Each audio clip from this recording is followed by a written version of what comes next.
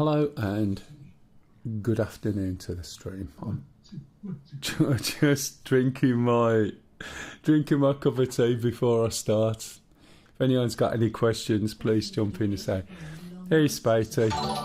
Oh, that bloody thing. Thank you for the DR1 resub. Spatey58. The support for 85 months. You're right, matey. Oh man, I'll tell you what, we've been having a few issues the past few weeks. The art has been all over the place, and basically, when they did the patch the other day, it seems to have fixed it. Yeah, good, matey. As long as it's not too loud here. Can you just give me a level, please? That's good. Yeah, give us a level, will you, Stu? Yeah, audio is really good on YouTube. Right, okay. Yeah, I've got it up to max. It's good as it. Right, I just got to adjust the volume on here. Give us a level again, please. Yeah, go again. 1, 2. Yeah, the mics are picking up the speakers. That's what I'm trying to stop at the moment.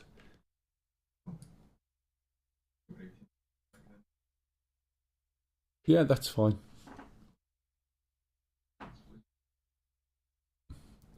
I knew the one that when Mary had a little lamb, she thought it rather silly to throw it into the air. That one.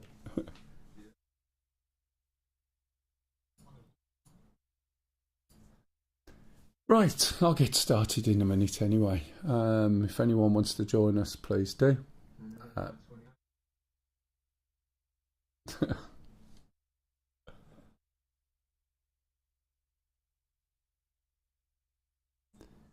Right, if you're still on the YouTube channel, you'll see when I actually stop this thing from doing what it's doing. I can't get around it at the moment. I've tried. Right, okay, I'll get started in a minute. Still got a cup of tea, but I'll get the shit started.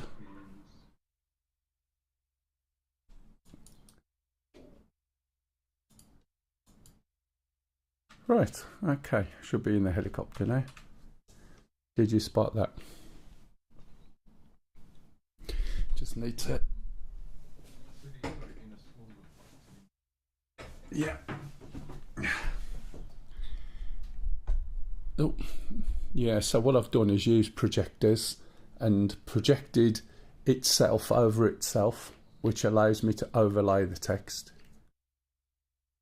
So the game is sitting there live in a screen behind the screen that you see with the text on, which is a bit bizarre. So it's still animated, it's still running, but it's projected back over itself, so the game's like behind itself. Do you know what I mean? And if I don't get rid of that screen with that little box that pops up, then what happens is basically I'm sitting in that window, not in the game. And there's no button in OBS to switch it from doing that, would you believe? Anyway, that's enough of the technical stuff in the background, but hopefully now, when I move around, I'm not going to get my sight moved away from the screen, so when I'm driving a tank I'm not suddenly going to crash into a tree for no reason. And also, if you are watching on the other side, you'll find that you won't see my desktop anymore, all being well. Right, we're going to start the Chinook. This is something I actually bothered to learn how to fly it again a couple of weeks ago, and that's because they've actually introduced something now that makes the flying or the flight of this so much better. It's a sort of auto, it's actually called, is it AFC or something, or FAC? But it's an auto sort of trim mode, and when you go above a certain speed, it will switch on trim and it'll just hold it there, and it just sits there fairly rock solid really. But we'll go and fly, and I'll go through the startup and explain it as we go. Just bear with me. Okay, so we're going to switch the battery on. We're also going to switch the APU down to run for 5 seconds and start for 2. So the first click will take it to run, and then we'll leave that on for 5 seconds. And then we're going to push it down to start for 2 seconds. And we should start to hear it start up, or the APU. And in a minute we should see the APU ready light pop up. And then we're going to switch the APU generator down. Okay. When we look down now, you should see all the screens. You've got all the cautionary summary here and the advisories. So what I'm going to be doing is, usually I would change this one to one of these screens, but we should be able to see both now. So we'll be looking at the NG here for engine 1 and engine 2. Now there's various things that I've seen that you should be switching, however they don't seem to do anything. So I'll go through them and I'll mention them, and I think there's an element of it depends where you look. So up here, until we get it started, we've got cross feed. We're going to have it open. We're going to put on the aft fuel pump and the forward fuel pump. This is engine 1, by the way. We're going to look down here and switch on the backup power on off, and there's also a power transfer 1 and 2. Okay, I'm going to scroll this lever down to ground. Okay, and then what I'm going to do is squeeze on this engine start with the left mouse button, look down here at this screen, and when NG gets to 12 I'm going to let go. Okay, so I'll let go now, and we're going to wait for engine 1 to start up. We don't need to worry about the master cautions. As we go through this, you can see the caution summary is diminishing. There's a big word for a Saturday morning. Once this gets up to 55, which it has done already, we're going to go up and we're going to look at engine 2. And I'm going to try and stop myself from looking down instead of pressing the start button, which I seem to have a habit of doing.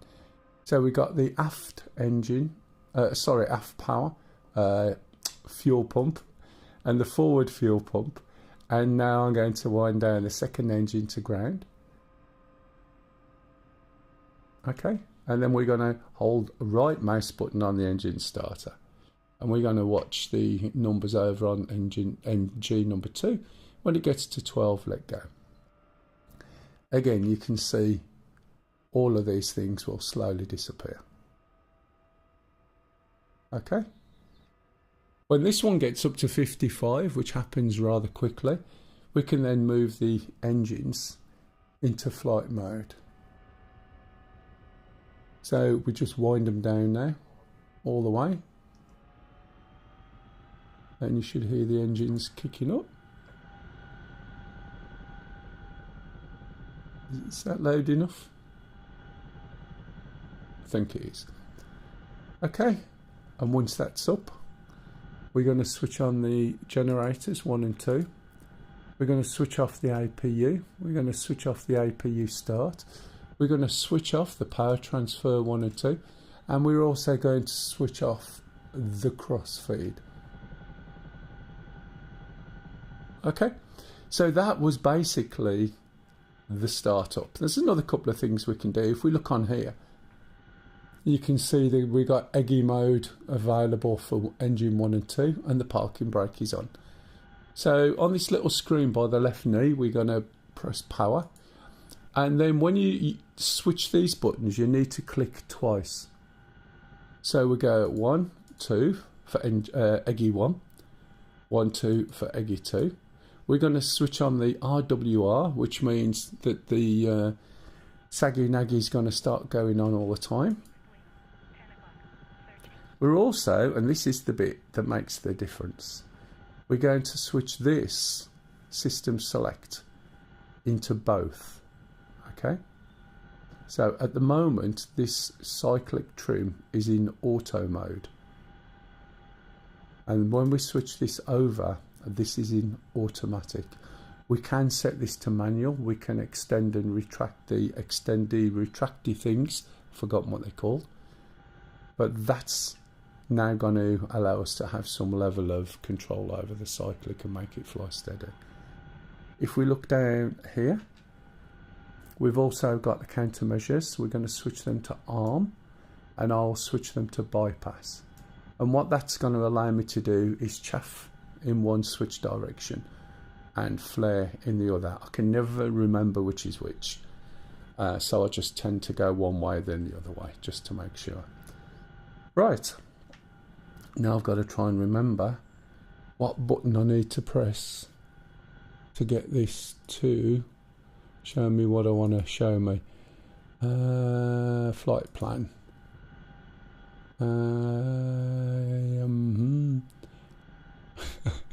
This is the bit I always forget. Parking brake's still on, and I tend to leave the parking brake on because I don't want it to roll when I take off. I don't want it to roll when I land. I don't know what the official line on that is. And so that's on. Switch that on, and this should be pointing to waypoint 2. At least it gives me some idea of direction. Okay, so as in a few last couple of weeks, what we're going to be doing is flying over there. I was just talking before I started streaming. It seems like the artillery is working properly now since the patch during the week. We've been trying to set the artillery up over the past couple of weekends, getting rather frustrated with it, in as much as the fact that if you aim it all manually, you have no idea where your shell's gone. Doesn't seem to go where you expect it to. And if you did it automatically using combined arms, it didn't seem to do anything. So basically what we're doing now is it should work. I tested it during the week, and it seemed to work okay. Right, taking off, just very, very gently. Give it some collective and it will go up incredibly quick. It should just go straight up in the air. Oops, go on a bit more. And then just gently move over, in this case, to where we're going to load from the, what's it called? From the doodaddery. I forgot what the name of it is, but we'll get there in a minute. This is old age creeping in. As long as I remember the controls, that's it.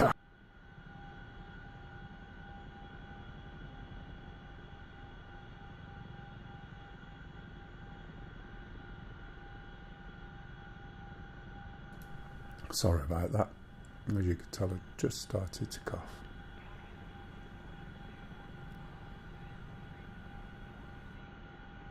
Right, I think I'm in the right place. I'll see what the name is now. There we go, logistics. Excuse me.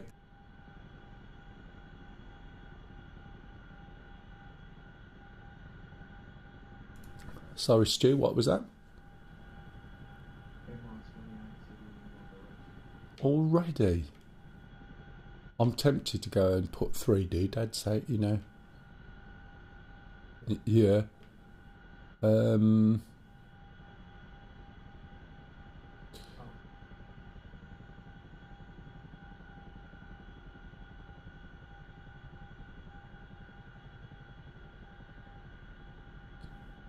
well, I'll load one phalanx. I'll go what I intended to do. Oh yeah, that's a point, yeah.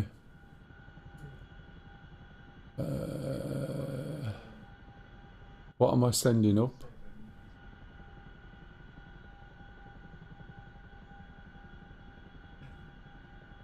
Admin, right. Enable, disable. Oh, right, okay. So where's add F16 sweeper? Right, we've added a sweeper up. What was I doing now?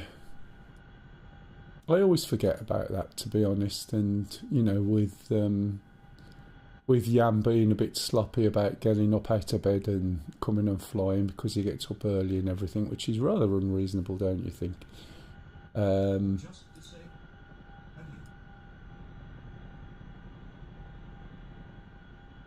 Nah, we'll just leave it up. That feels like cheating, doesn't it? Okay, so we've got that up. I'll put the RT down first for you, Stu. Now, the one I tested the other day was something called the 13er, which does a 41 kilometre range. So do you want me to put that one out? Or do you want the 109? Okie dokie.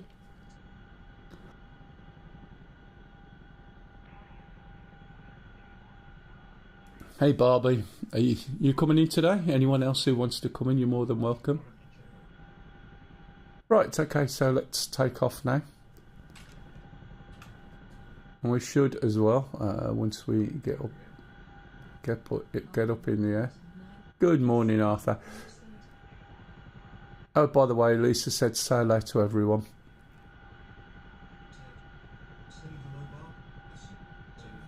I don't know the song. Oh, I don't know it, unfortunately. If I did, I'm sure I'd give it a go. But I would say, it goes something like, hello, Barbie. Hello, Barbie. But I don't know the rest of it. Yeah, that'll be nice, matey. That'll be really good. So this should, there's the chaff, there's the flares. So that's all working. It's looking nice today. We got some Arthur Cap coming in. Oh, here you are, Yam, just after I berated you. How are you, Yam? Well, that's a nice statement. Thank you for that, Arthur. I hope you're wearing appropriate clothing, and I'd love to see the picture.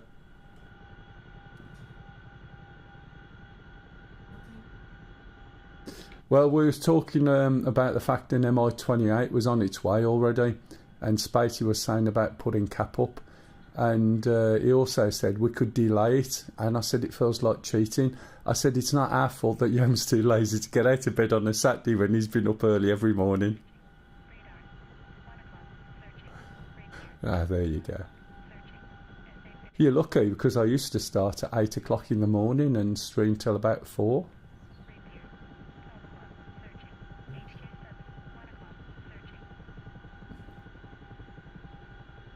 So what I'm doing at the moment then is running out, dropping off RT, and also an M818, and also Phalanx. Is that the right word? This does look very nice. It's a shame the sun's right in our face at the beginning, but that's how it is. So let's have a look. Oh, let me show you what I was on about earlier. What speed are we doing? Need to go just a little bit faster, and I'm just gonna in a minute let go of my stick, right, and then let's see what happens. Okay, now that's completely hands off, and that's on a slight turn, right? So I'm going to, let's change my view so I can see where I am. That's where I'm going.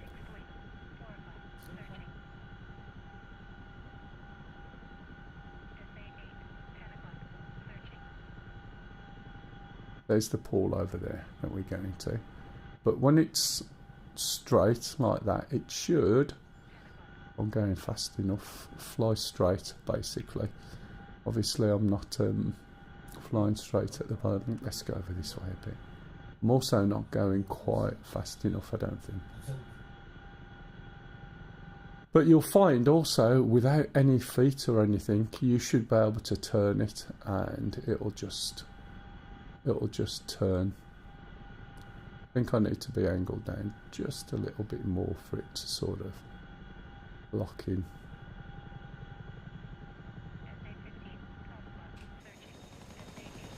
That should be level. Should be keeping itself level anyway. But yeah, it really does make flying this thing a lot easier. So the first thing that or the last thing, should I say, that I dropped in was the RT. So I'm going to drop the RT just off the hill. Well, I say just off, not on the top of the hill. So what I want to do is drop it part way up this road. I'm starting to slow down already.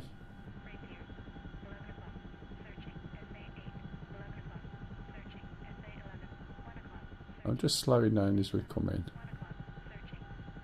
And you see the gap there in between those trees. That's where I'm going. And then I'll drop the RT off up there. Yeah. MI28.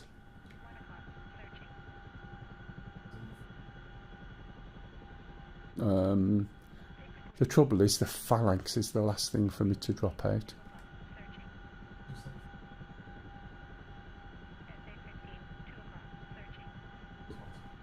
Yeah, I've got no defence whatsoever. Let me see if I can dump everything out quickly, but I think the word quickly. I think your RT is going to have to go this side of the hill a bit more than intended. Let's see if I can get something out. I've lost my mouse cursor, it's here somewhere. There it is, I can't see it in this bloody sky.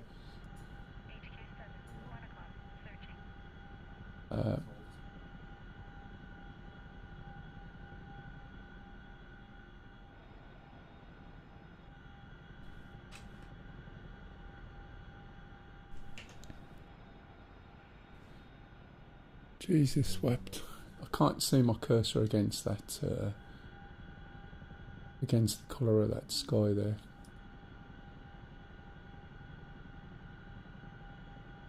Right, your art is out, Stu. It's a bit this side of the hill.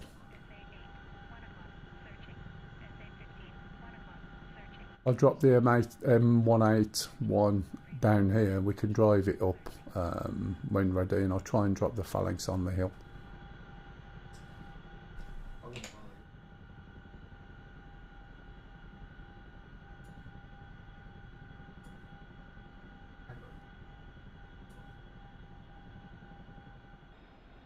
It creates havoc as well, doesn't it?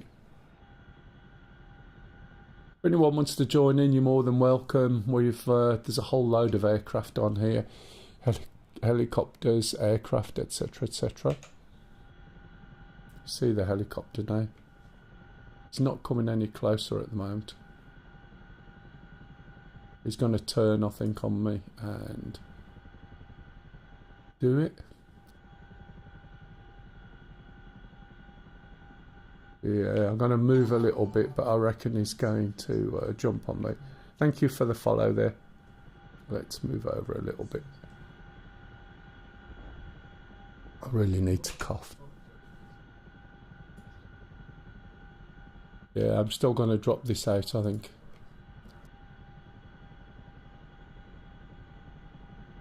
Anyway, thanks for the follow there, Boohawk. Hopefully that's out.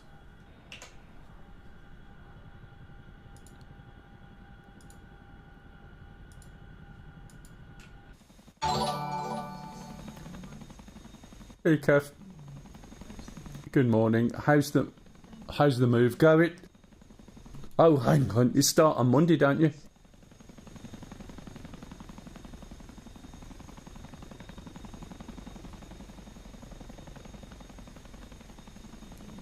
Hey Boohawk, it's I think it's, if you look for a BVAR, I think it's BVAR Mels or something like that. Password is BVAR12345, lowercase. If you want to jump in, you're more than welcome. If you can jump into TeamSpeak as well, that will be useful. Let's get back. It's quite a tough mission. What we're supposed to be doing is destroying everything at waypoint 2 is the first part. But we'll end up being killed. So we're trying to put some sort of defences in place so that as we start to push forward, we're not going to get shot to shit by the Mi-28s, which, despite having air-to-air on an Apache, for instance, the Mi-28s seem to be quite vulnerable. So we're putting some air defences up first and some RT, and then we'll start moving into sea. if we can attack waypoint 2. There's a lot of targets, a lot of tanks, a lot of SAMs. That was it. I knew it was something like that. I kept forgetting. I thought the other day I'll have to ask you, and then I thought, oh no, it's 24th. I do remember, but then I forget again. Lisa's new joystick came today. Trouble is, I couldn't order the spinny bit in the middle, so she's got no rotation on it.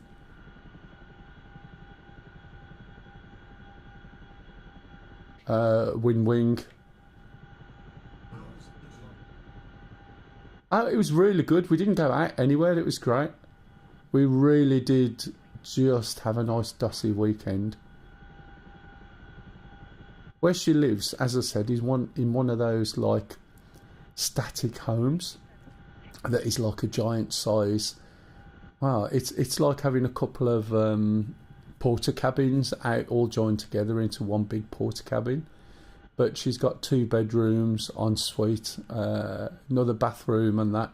It's all central heating, internet, with massive windows and a view out of a field with the ponies, the donkeys. We could see the train coming along. It's really, really nice. You know, it's a nice place. She says, would you have something like this? And I went, no.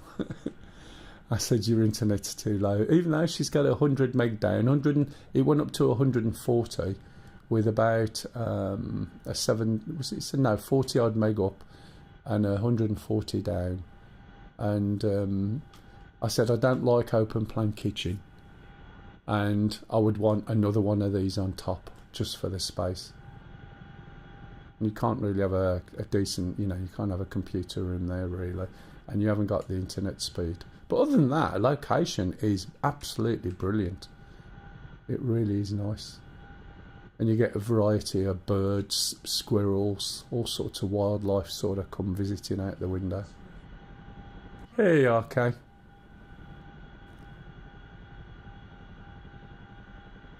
I should think so as well. What time do you call this?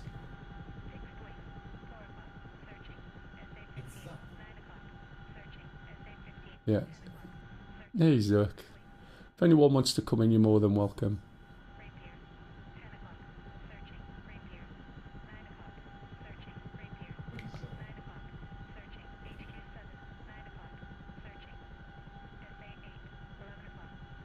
I tried to save me lying for a Sunday or something.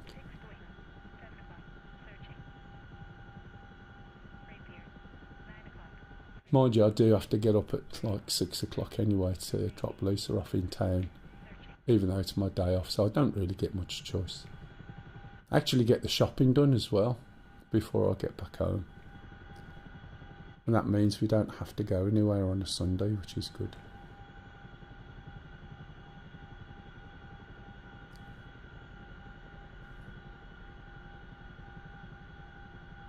Need to what?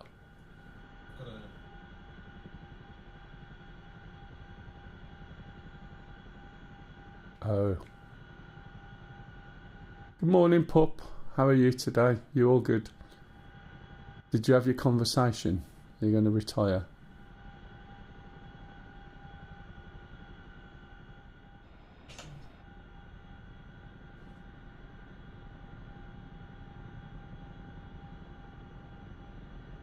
When you say turning off, does it trim the pedals?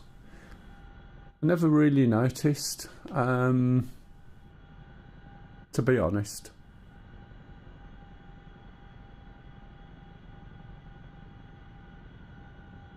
Do you enable and disable trim as you're flying along?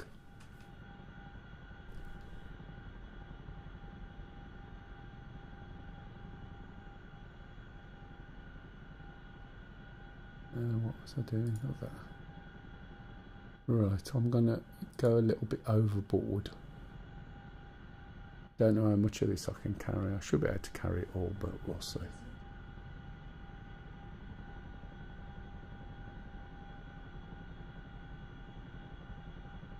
Right, I've got you. And with your pedals, are they the sort of pedals where... Oh, I forgot to wait, didn't I? Are they the sort of pedals where... your feet are on the pedals completely, or can you use just your toes without knowing your pedals? Obviously, it's just your toes. It shouldn't be too much of a problem then, should it? Yeah, I thought if you could tell me what they are, and it means nothing to me, I'm afraid. I only know the stuff that I've used, if that makes sense, and I'm aware of crosswinds. Yeah, I was going to say, would you, if you got just your toes on, is it not easy enough to return to the middle? Or is the middle one of those arbitrary things where you can't quite get it back in the centre? Yeah, I could imagine it does. Keeps your toes on the pedals. I'm not aware. I think the thing is, the features on this are quite light at the moment. I don't think you've necessarily got all your controls that you should have. Oh, I did get it right. Okay. I don't think you've got all the controls you should have at this point in time. It's still, you know, in very, very early development. And as a consequence, you know, the fact that some of the bits work is quite surprising. I mean, handling of it was awful before. Yeah. Yeah. No, that's what I was thinking. Because you would like... That sounded so broad, yum, didn't it? You would like to be able to sort of pull it back and feel a sort of like a click or something like that, wouldn't you? You know, so that you know it's in the centre.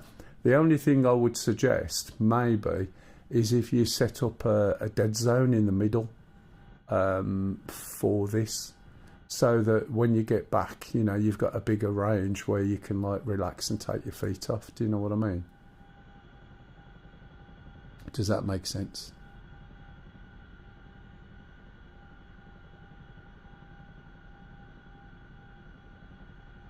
So what I'm going to do now is drop these 3 phalanx up on the hill that we were just by. And let's see. When they've worked in like a crossfire before, it really doesn't take much to take these things down, to be honest. Let's move back a little bit. The trouble is with this at the moment is I cannot read any of the details on there. I can't see what speed I'm going. Quality's great. I mean, even if I'm here, I can't read any of that either. You know what I mean? I don't know whether this thing does have a hood or what. I know it hasn't at the moment, but I don't know whether this has a hood or anything. But I can't read any of it down there without zooming in. And if I have to zoom in, then I'm not sort of where I need to be to fly it, if that makes sense. This is so easy to fly now, by the way, Kev. It's not like you've got to work at it at all in any stretch of the imagination.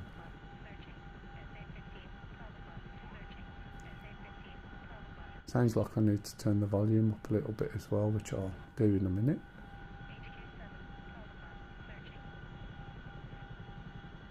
See if I can let go of that.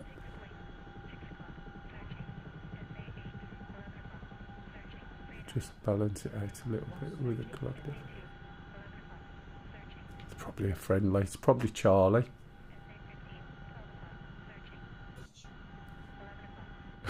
I like it. That's the spirit.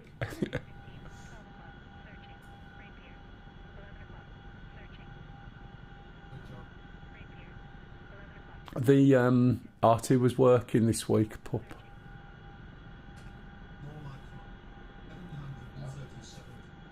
Yeah. Is it really?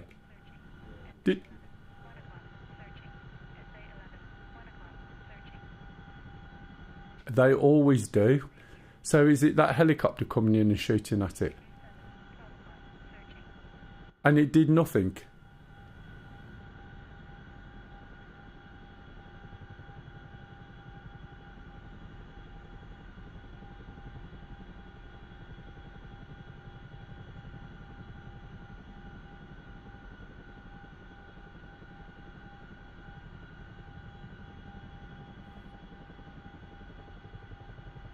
Could do with moving the sun over a little bit because it's just right in your face, isn't it?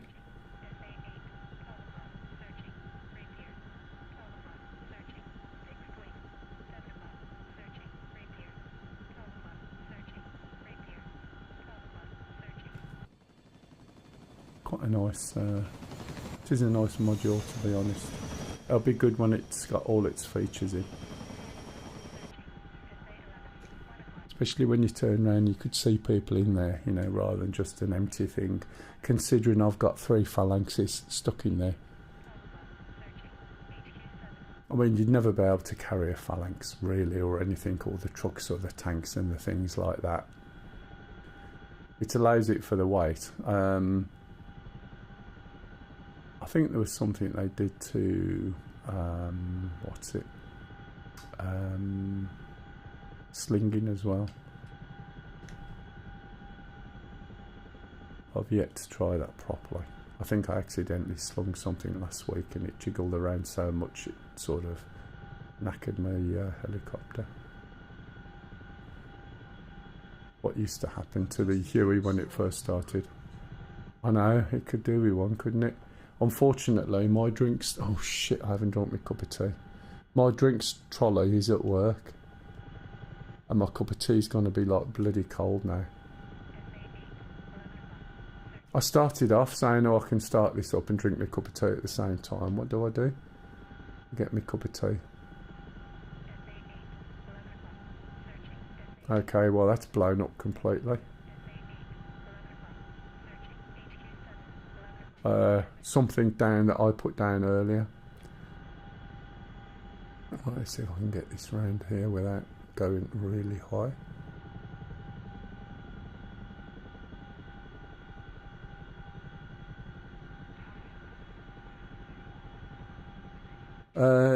You want the master light switch for the F-16? Oh, right. Does anyone know? Is there a master light for the F-16? If anyone knows? Arthur might know. Can't remember if he flies in the F-16 much.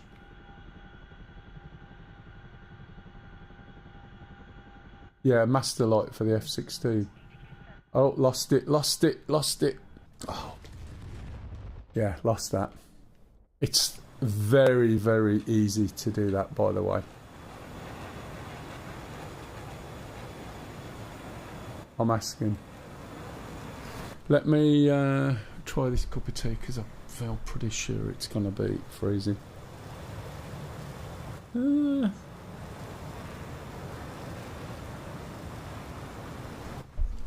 Okay, there's a 5-position selector on one of the left consoles. Yeah, left side, neither but. Thanks, Nomads. Well, that was a bit of a shitty one, wasn't it? You know what? While we got a really nice picture on screen, I'm going to make a cup of tea. I do apologise, but my... Oh, somebody else spawned at the same time. Yeah, Charlie, you and Arthur, I think, basically were on the same pad and you blew up. I think that's what Charlie's saying. Right, I'm just going to make a cup of tea, get rid of this cold one. I'll be back in 2 ticks. Let me know if the volumes are not great in terms of maybe it's too loud.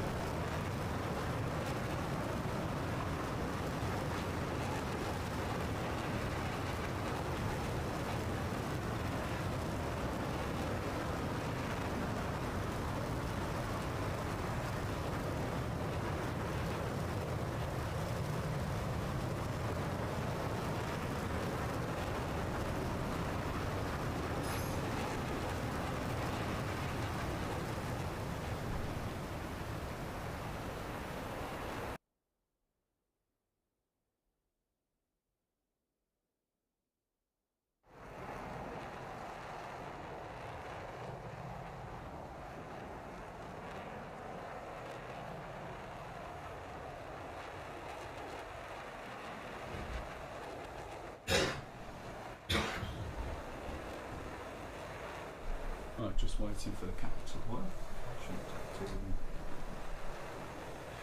Now, at the moment, the only way you can hear anybody else speak is through what the mics pick up, and they should be at a level that when they start talking, you don't really hear them as such.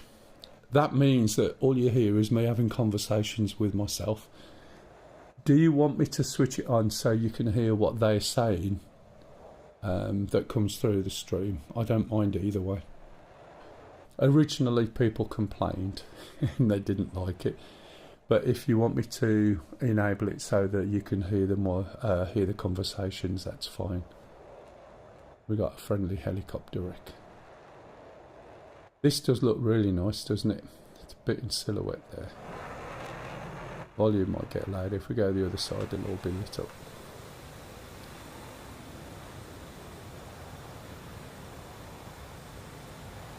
I must admit, compared to what it used to be like.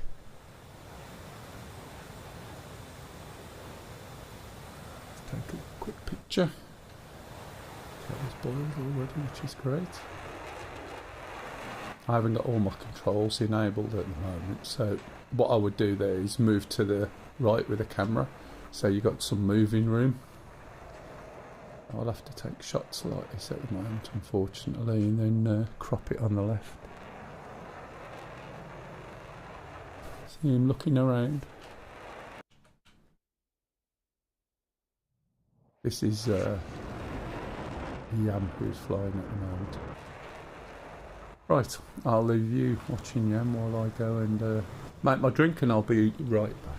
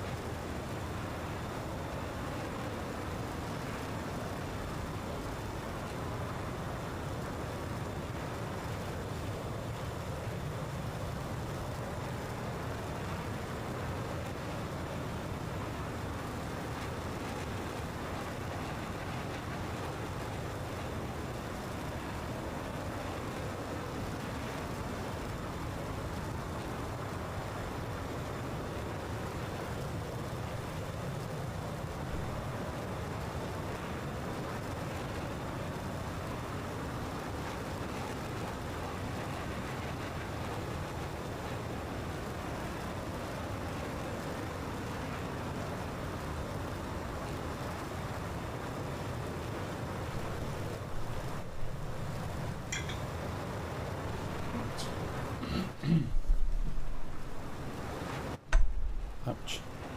Clang. Okay, I'll get back into the Chinook and carry on trying to do what I was doing.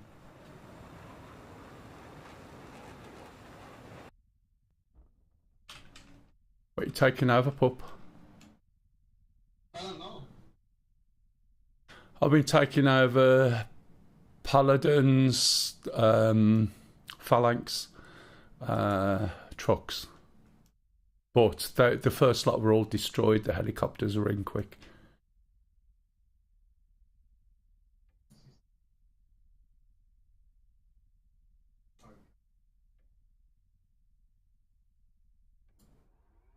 Needs ammo already?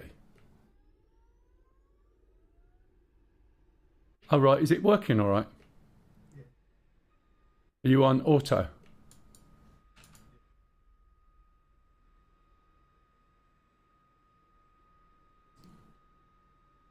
And that's all working now, yeah? What, like last week?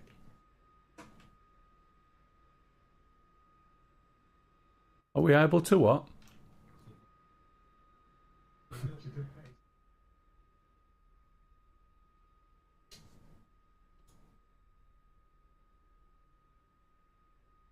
I've just realised, sorry, if anyone wanted me to go over that again, I did go over it earlier. I usually do it over once, but it's such a quick start-up relatively. A Phalanx, an M818, and a Doodad RT. Oh yeah, an ammo doodad as well. But didn't we need a FARP for an ammo doodad, which means we need to do Caesar? Oh right, okay. Oh right, okay. M109, is that the RT? I can't remember. Yeah, I remembered that then. We haven't got those, no. We need some what's-its.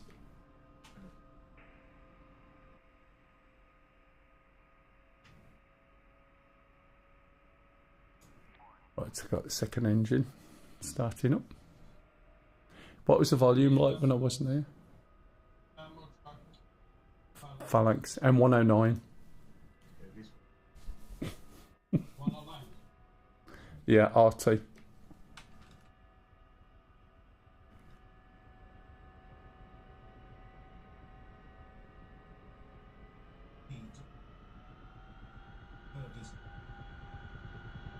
Oh, I know.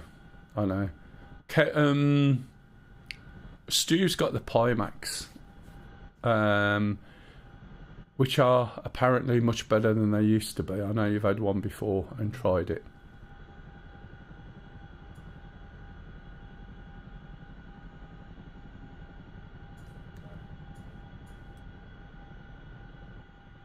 Yeah, Kev's in the same boat. I was telling him to speak to you, Stu, because I know you've got the Pimax. He's tried a Pimax years ago and they weren't good then.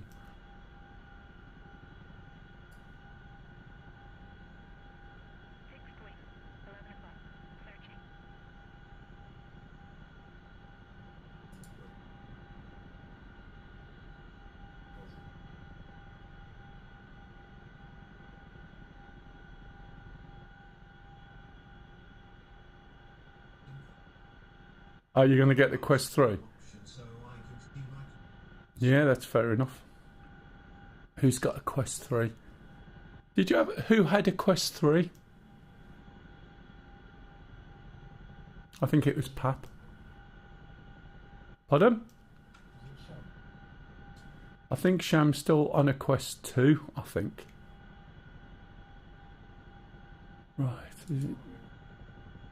Yeah, Pappy definitely had one, but I haven't seen him around for a long time. Probably because Star Citizen's getting better now. Right, plan.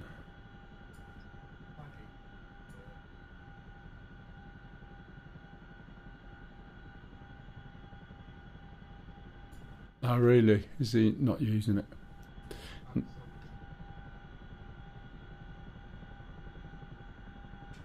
Oh, right, I didn't realise it was that quick. Right, okay. Sorry, Pop, go on.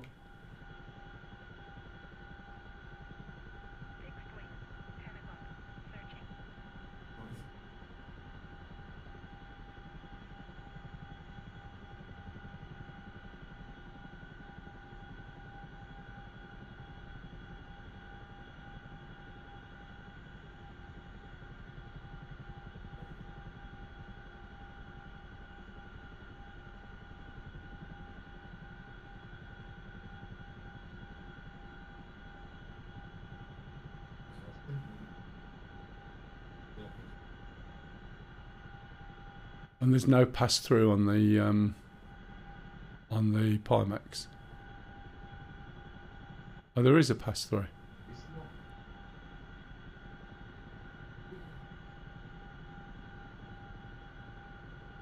Ah, right, yeah. No, that makes sense. Let's see if that's close enough.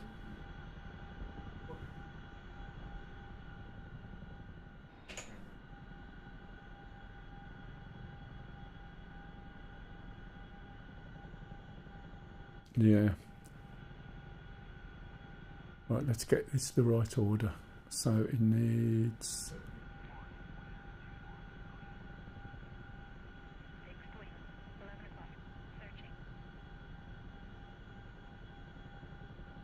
That one goes in first.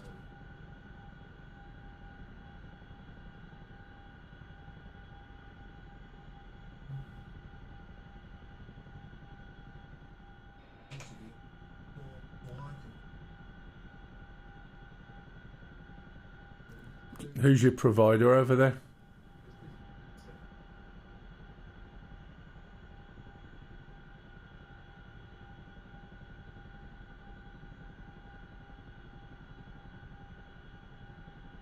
And what am I after? Support.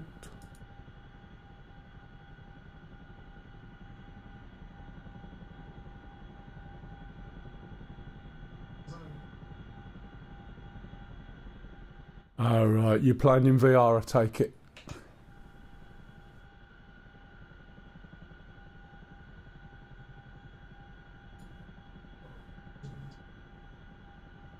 Oh, that's not good, is it? On 2D, really?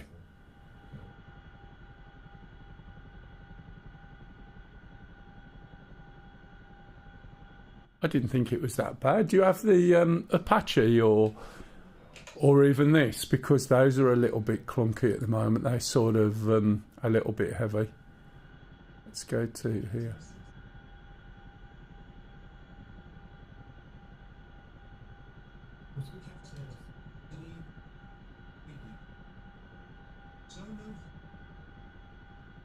Is that on fibre, is it, Kev?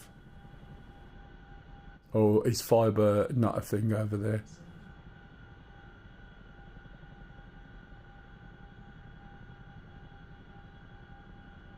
Really? That's interesting. Okay, so I need the phalanx now.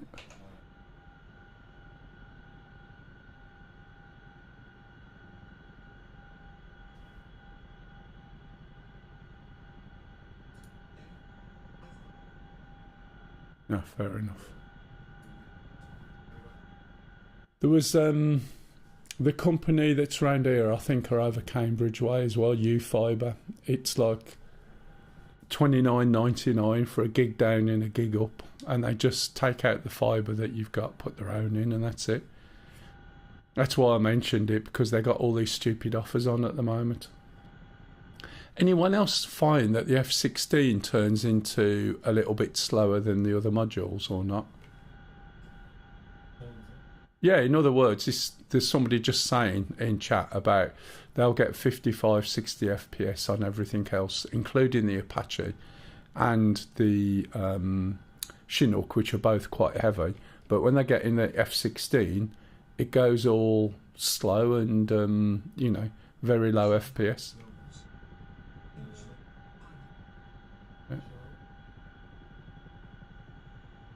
Yeah, but I bet you haven't noticed, have you?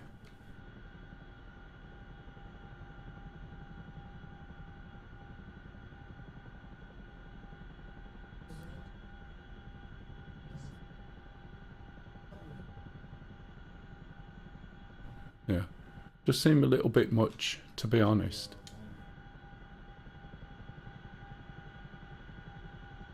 Yeah, Shark's not too bad. It's quite optimised, but the Apache tends to be a little bit big at the moment still, I think, as does the Chinook, but you'd expect that, I guess.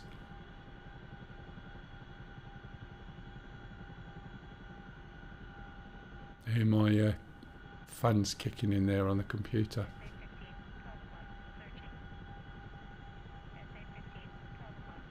Let's see if I can drop the phalanx first without dropping the helicopter. It does VRS really, really easy, and the trouble is, you know, you're flying low, it's that heavy. You did drop them? Excellent. You wrote it in your diary? Oh, you mean you dropped your helicopter? I thought you were telling me you dropped all the stuff off. I was going to say, put it in the diary, quick. Yeah, was it a squirrel or just the floor? Hey, hello, Charlie. You coming in today? No one shot me down yet, Charlie. That's a bit wicked, isn't it? That's what you'll be remembered for. Yeah, you're more than welcome, matey.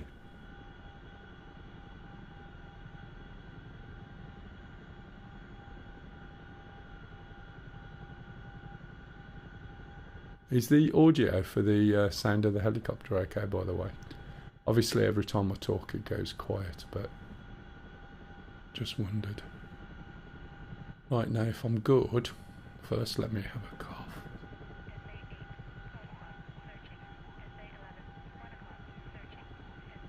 What I do like about this is I can lean over here, look. Get this, I'll just pause my head tracking.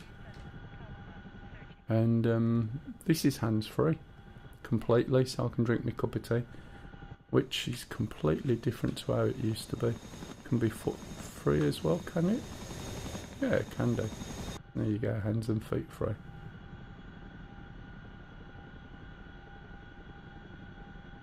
Just back off on the collective a little bit. In fact, I'm backing off on the collective. And can you see it's not moved? You can see the collective, there's a little arrow there on the screen on the right. And the helicopter's not moved. However, I am way too high. So I need to start thinking about coming down. And this time see if I can actually come down without bringing the helicopter down with me.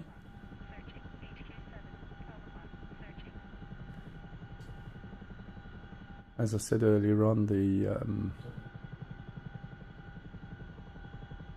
RT seems to be working a little bit better than it did before.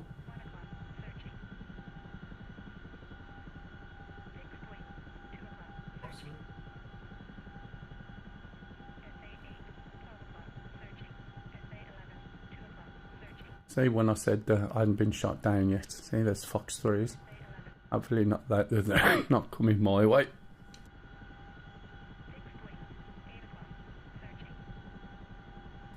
Tell you what, Stu, there's a hell of a lot of armour out in those fields between us, isn't there?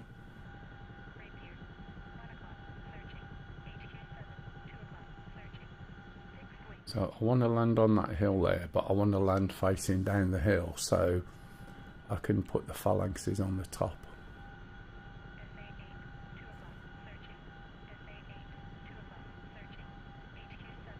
But it is a big chunky thing, this, I must admit. Doesn't take much to lose it. Probably why the wheels are out all the time, because you end up dropping so much.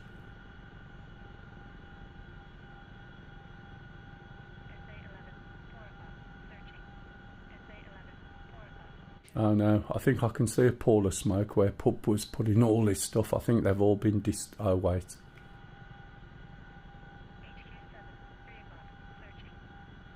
Quiet. It definitely was excellent. What you just commented the folder out. Oh really? So it was export scripts to the Stream Deck? What was it you were doing with the Stream Deck with the export scripts?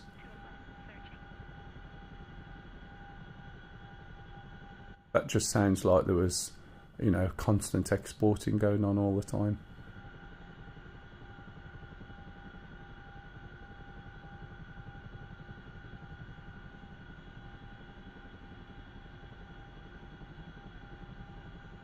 Ah, right.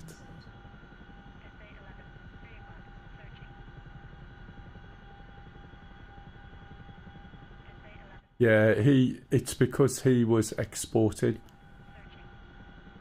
and that's what it was. Excellent. If you were going to do that, you'd probably be better off having some a couple of small screens, USB, like video screens.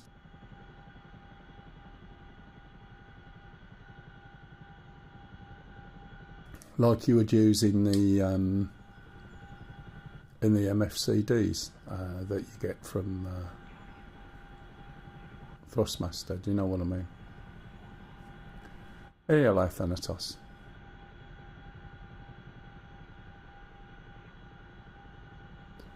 So I'm nursing this round because I don't want to drop it before I get into position.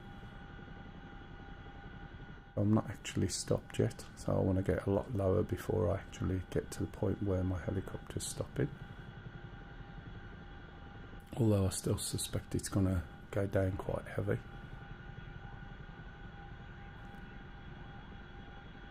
So we'll put one over here on the right. Just got to get just over the brow of this hill so that it's sitting on the top. Excuse me. Rather than over the hill.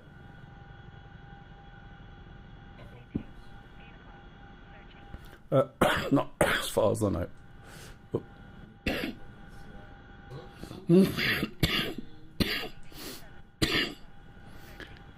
Coughing at the wrong time here. I need it.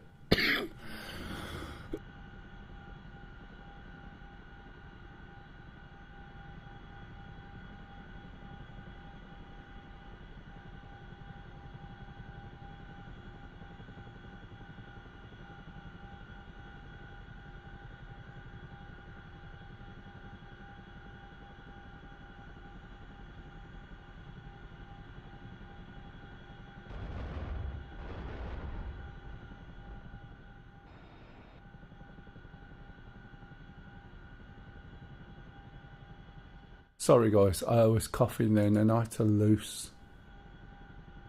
Unload. Right, he's flying over me, so with a bit of luck I'll be able to get my phalanx out. That's what they all say.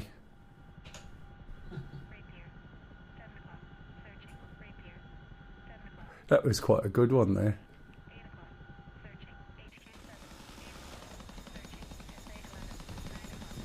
Oh, he's already dead. He's dead. Man. Got that one in the nick of time. Sorry, in the nick of time after Pup was killed.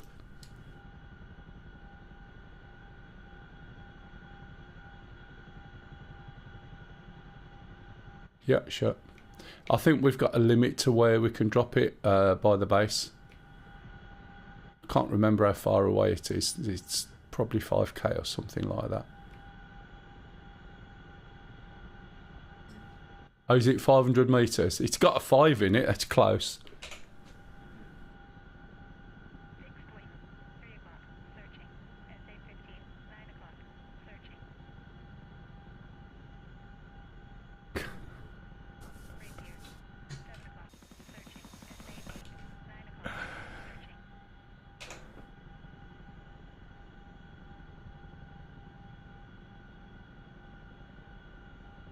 Right, so unpack that.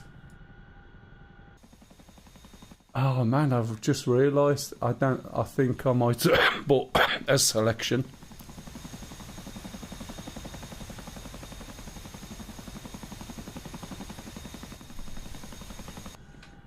It was the last trip. I had 3 phalanxes, which is what I wanted to stick on the hill. I think I've got RT. I'm going to move the RT down the hill and then I'll pick some RT up and drop it by the base. Okay.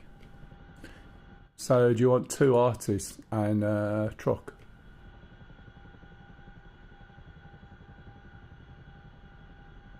Do you want to put a mark on the map? Or can't you?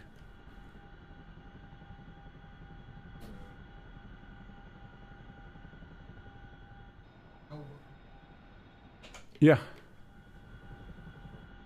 If you got a preference rather than me going, do you want it here, do you want it here?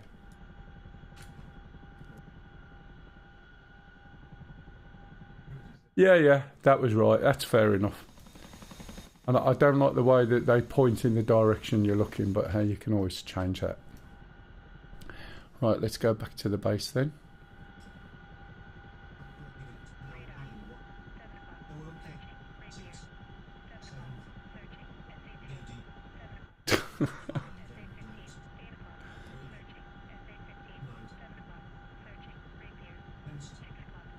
There's a problem with them as well, Kev.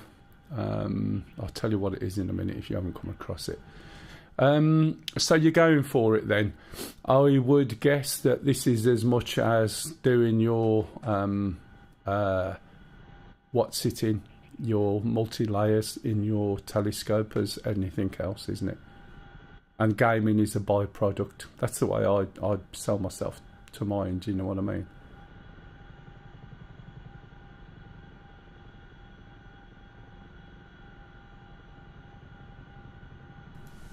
Right, so I'm not sure, have you come across what the problem is with the 5090s and the 4090s? It's quite interesting.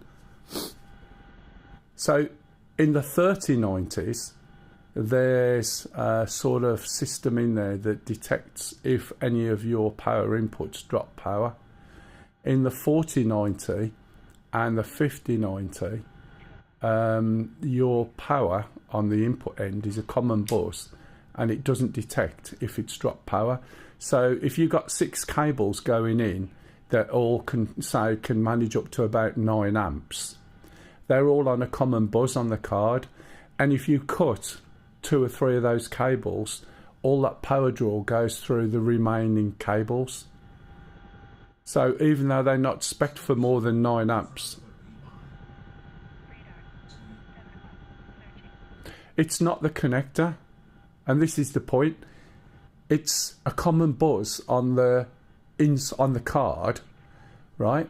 So what happens is when you plug in your card, your connector, if one of the connectors isn't making good contact, then all the amperage and that goes through the remaining cables. So if you've got a cable with, say, 2 cables not making contact properly, then the other ones are overloaded with a current that they're not designed to take. They're only designed for 9 amps. So I was watching one video where they were going on about some guy tested it, and he actually went back to them and told them that it's taking like 20 odd amps or whatever it was, and they said that's not possible. And what he did was he literally cut the cables, powered it up, and the card's drawing the current from the remaining cables, and as such they're overheating, melting and burning.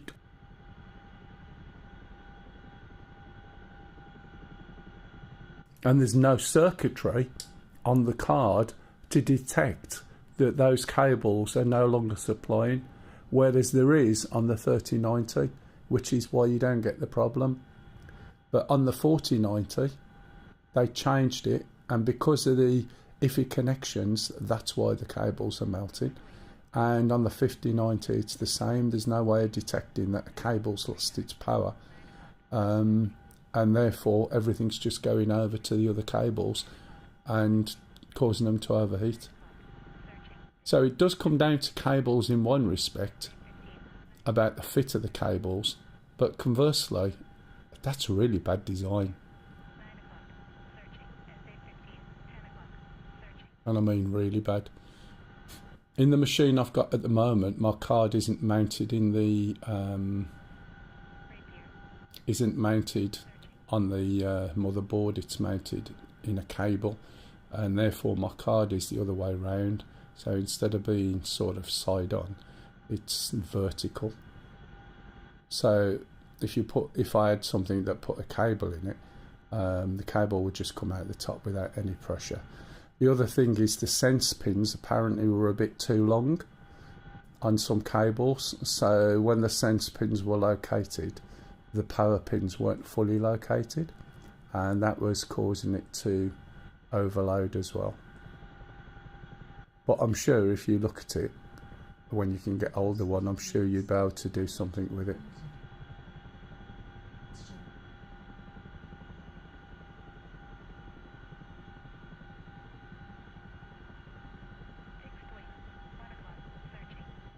It's very difficult. I've not. If Stingy was here, he went down a similar route. And basically what the question should be to everybody in chat, have you used AMD and have you then switched back to NVIDIA after? And if so, why would that be? If anyone's gone through that, could you explain please to Thanatos?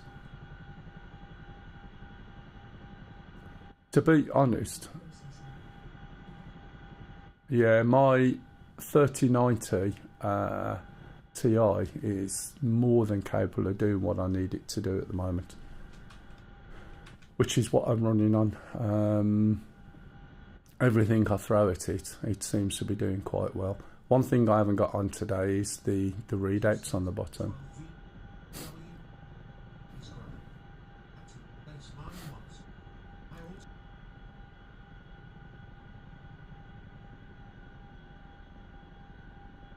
Yeah. Yeah, the connectors are a bit crap, but also, you know, the design is not as good as it was. It's just one big common power buzz inside. So it doesn't care where it gets its power from. And it doesn't detect it. What am I after? How many artists did you want, Stu?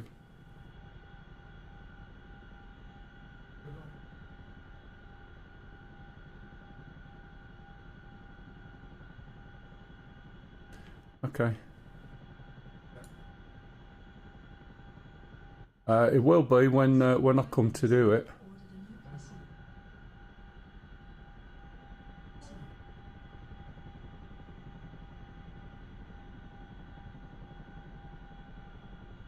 Yeah, it's always good, isn't it, when you get something new? It's just how long can you keep it for? How long are you going to last? I mean, there is limits. I find it fascinating that you see people with new PCs going on about having a frame rate of 100 and odd, this, that and the other, and ridiculous, or 200, and you think, but your eye can't see it.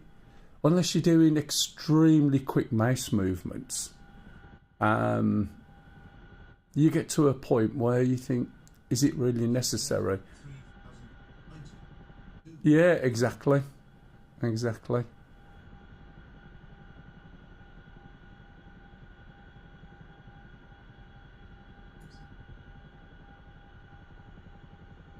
Ah.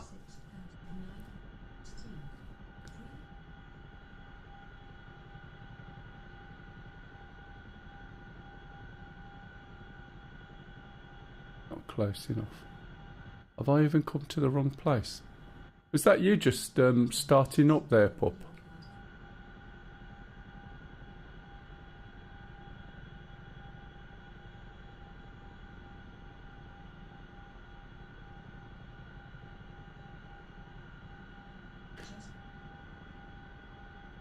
Yeah. Yeah, I know what you mean. I mean, I'm limited to 60 by choice. As I explained the other week, you know, more to do with my head scanning than anything else. And sometimes, yeah, and sometimes the other thing is if you're trying to push out more frames than necessary, then you're just basically making your car do a lot more work. And wouldn't it be better to have it doing something else rather than just trying to push frames out? Do you know what I mean? I'm not quite sure of the rest of the functionality of it. Like, if it's not pushing frames, what else is it doing? And does it use much more memory for more frames? I don't know. Couldn't answer that. But it just seems to me, why have it working flat out to provide a level of FPS that is not going to give you any major benefit, if that makes sense? No, there is a limit. Let's see where Stu's mark is while I'm waiting. Okay. It's over there in these trees.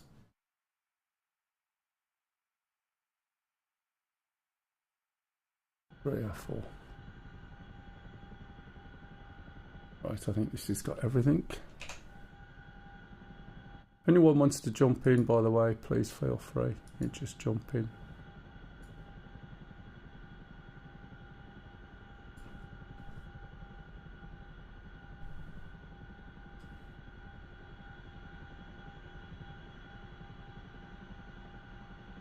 Right, I'm going to have a look at the map to see where this is. I think it's over here.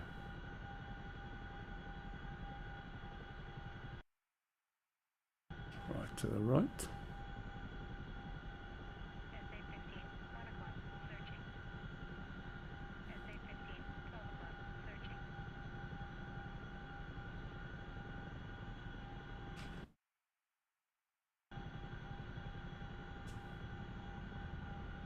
Oh, it might actually be over there. Let's have a look.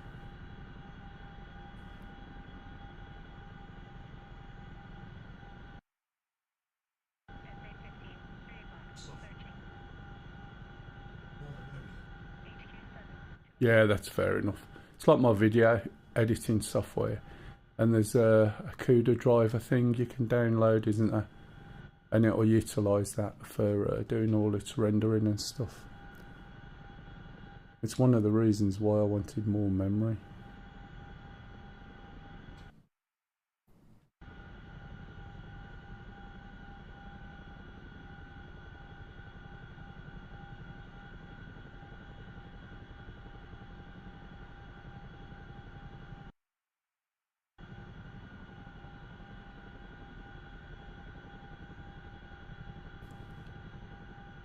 Actually bought it for video editing and graphics and music and everything, but the fact it plays games as well is a bonus, is it not?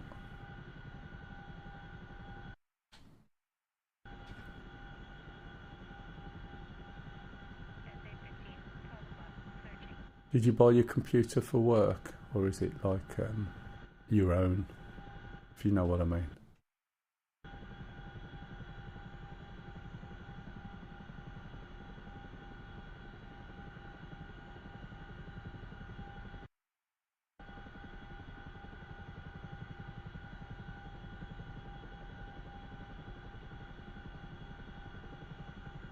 Yeah.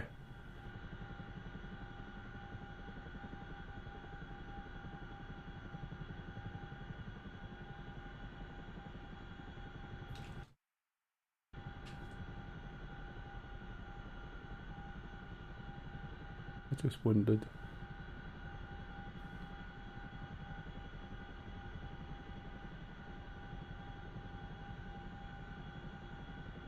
No, I mean, not at work, I mean, at work. As in your other business, like a business purchase.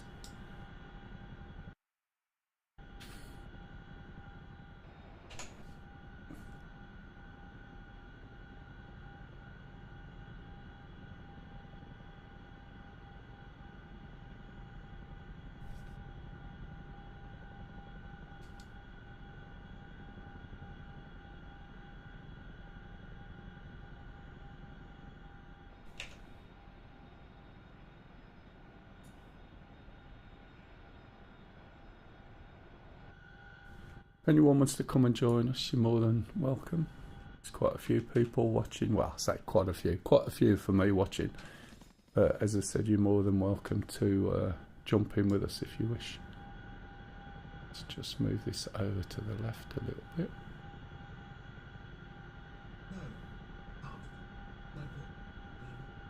Yeah, yeah, that's fair enough.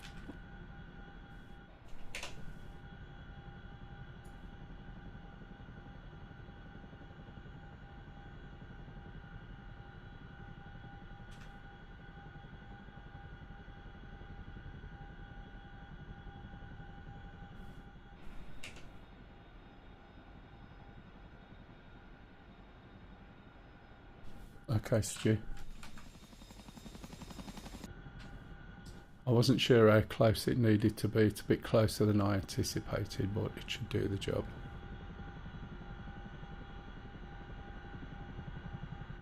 Is the other one, where's the other one you're using?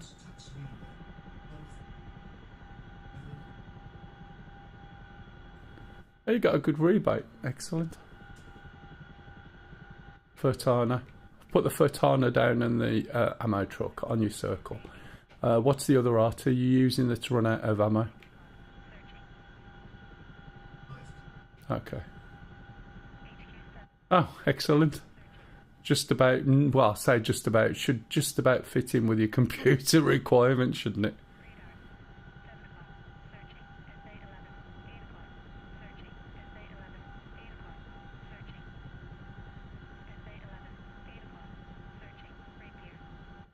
I really don't know because it's a mod and I've never used a mod in DCS ever. Pardon? No. Yes, I was shot at earlier. I've just realised when I went and dropped the stuff up on the hill. The one that shot you. I'll probably have to do a repair.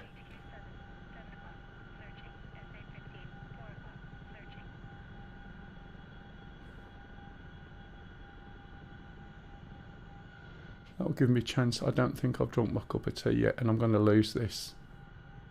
Got to be quick. I got it.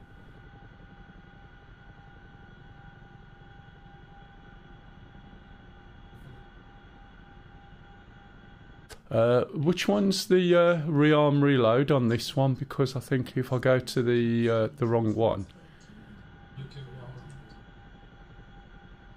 Oh right, at the logistics. Oh, it's a repair I'm after actually. That should work there.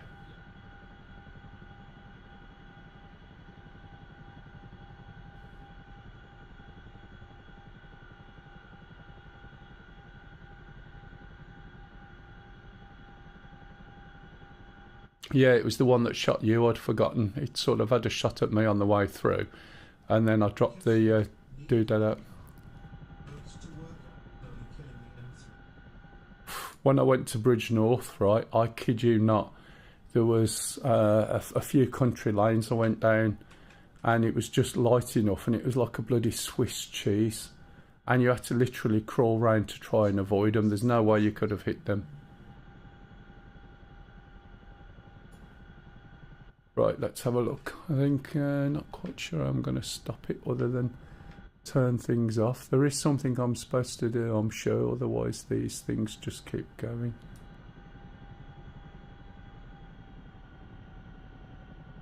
I don't know what. I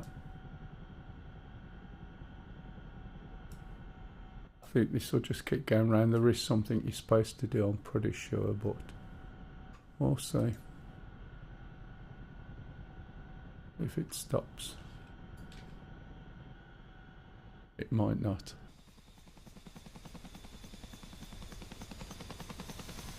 Because it's not going to let me repair while it's still going. That's the wrong thing. Let's try that one.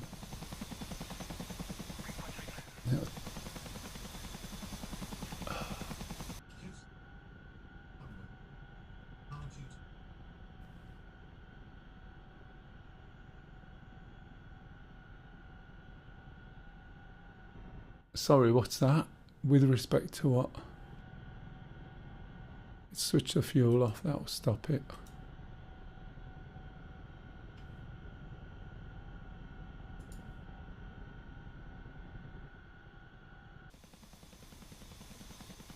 Sure, there's supposed to be some brakes for that. Oh, right, sorry, yeah. Yeah, you want one of those little droney style things. That would work, wouldn't it?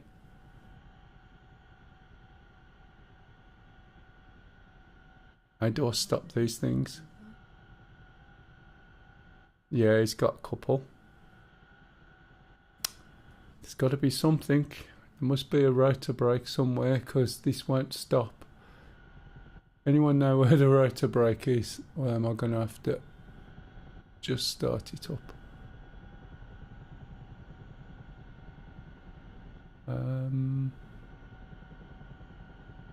Yeah, this isn't going to stop. This is just going to go round and round and round until I know what the thing is. It'll be easier to get in another one, to be honest.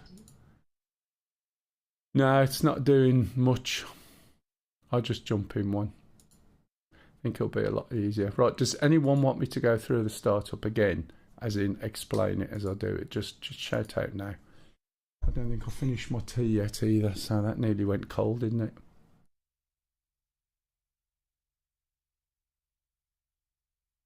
What you mean try and sort of put loading on and install it? Hey Vic, all good, thank you very much. Bit coffee today. But as it gets warmer that'll get worse, no doubt.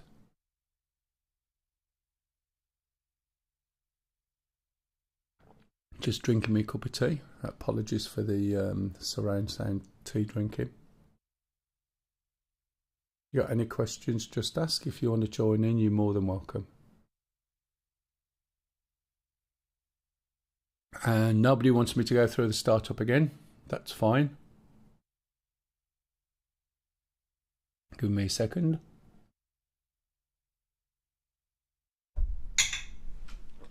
Wonder if the mirror works. Nah. Because usually you can click it and you'll get a mirror, but right. I'll just get this thing started then. I will if I look up.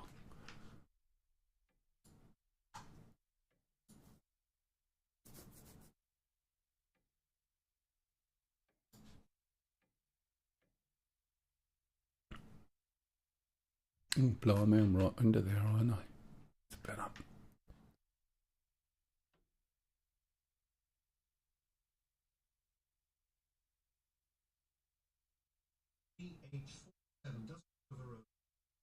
Yeah.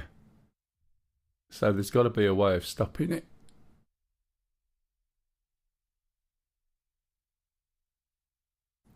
It should have come on by now. Should it? Maybe it didn't, I wasn't looking. Oh. Let's try that again, shall we?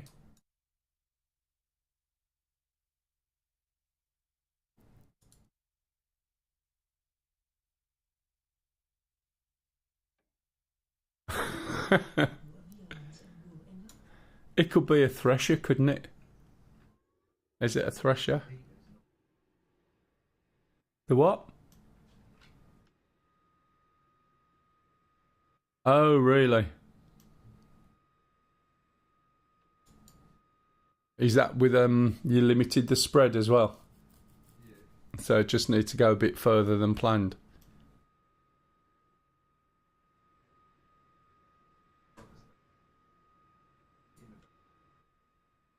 Oh, really? Short?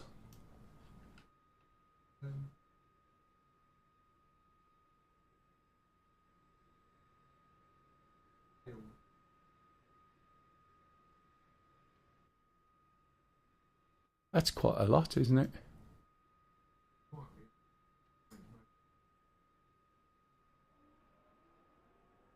Well, it's not even... Well, is it just about half that, isn't it?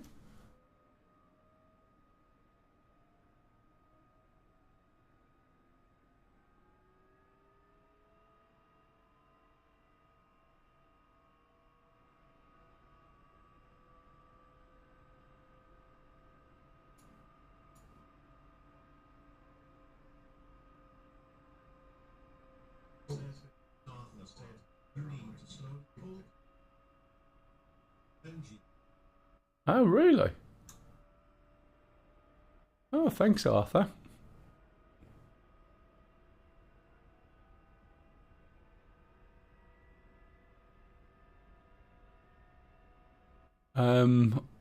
Right. Do you use head tracking, Vic?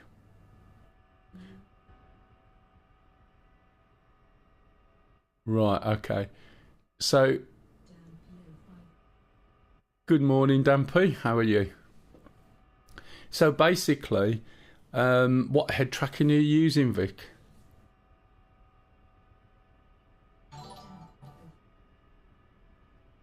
Oh, it's only just come up. Can somebody give him a shout, please? Thank you.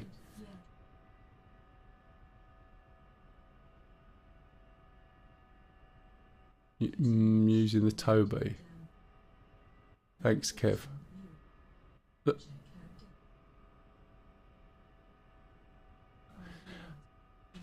So basically, there's a couple of keys on this.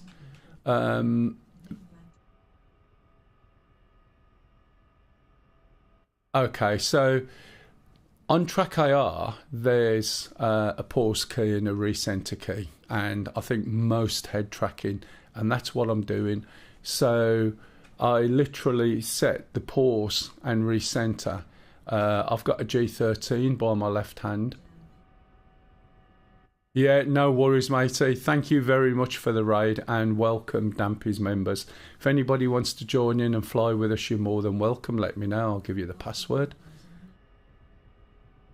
So basically, what I'm doing here is I'm pausing. Okay. Now, normally, if I was using the track IR,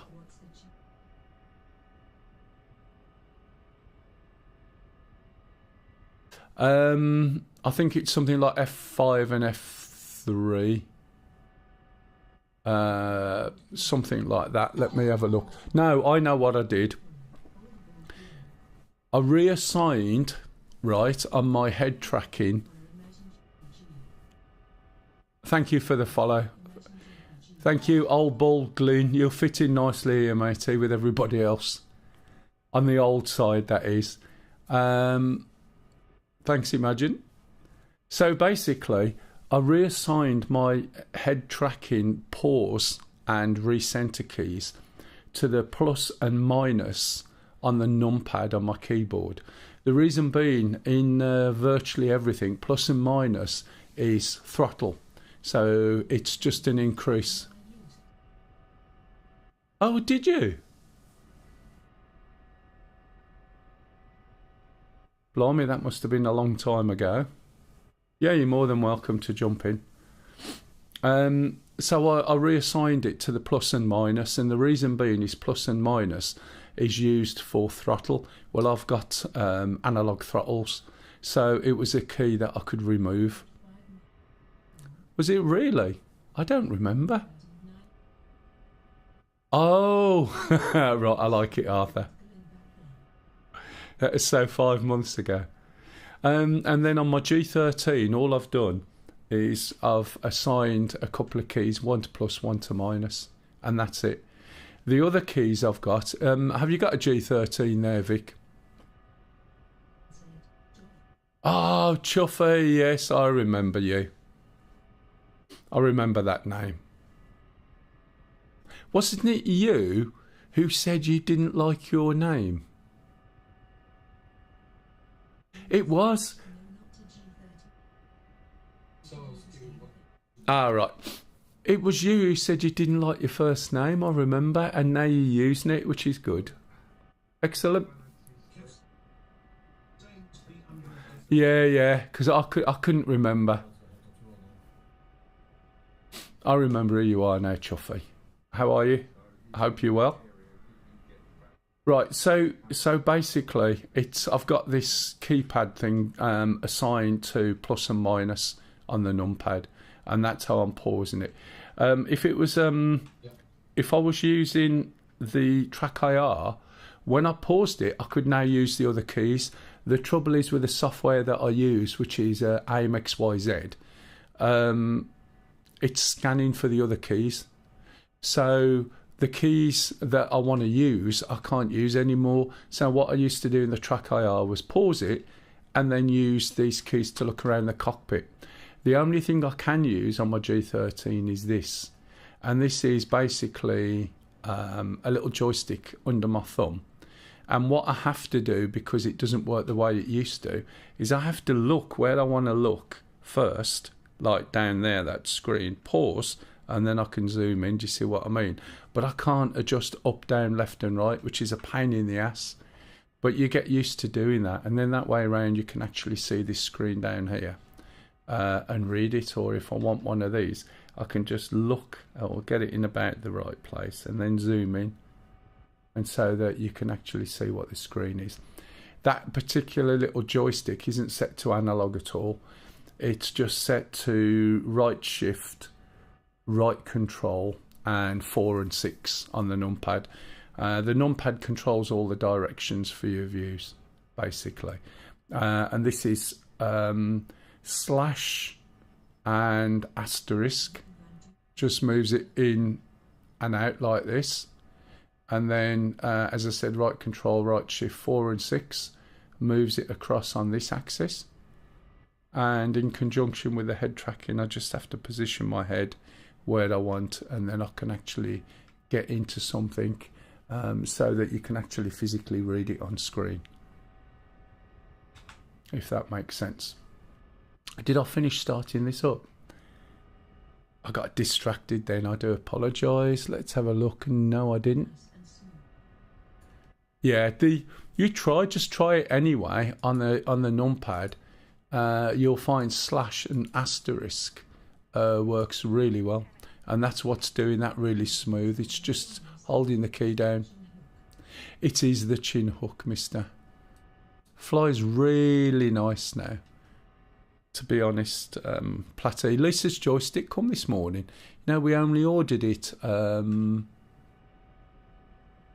beginning of the week, maybe the last weekend, beginning of the week, I think.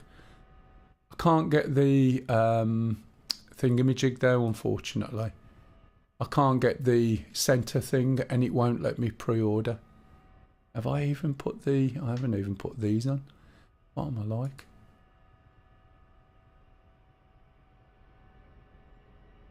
Pop these back up. And crossover's off, is it? Oh, it is if I look at the crossover. Come on, up you go. Right, okay. Oh, look, I've got no... Yeah. I've just, Oh, what the hell have I done? Got no screens. I've just switched the wrong thing off. That's me having mad conversations in the middle of everything, isn't it? I do apologise. It's very, what's the word? Unprofessional. I got distracted with my conversation then. About head tracking. I do apologise. Won't take me long to get going. Yeah, wing. It was the combination. I was quite surprised. Never crossed my mind. I was quite surprised to get VAT added on after you've bought it and paid for it. And they go, oh, by the way, we haven't charged VAT. It's not your fault, Vic. Don't worry. It's me. Usually I can have 2 or 3 conversations at the same time and keep track and go back to what I was doing. But I was actually got my head switched into it a little bit more, which is a bit rare for me. It comes from being part of a big family, trying to watch a television program and have conversations with everybody at the same time. You get used to it, do you know what I mean?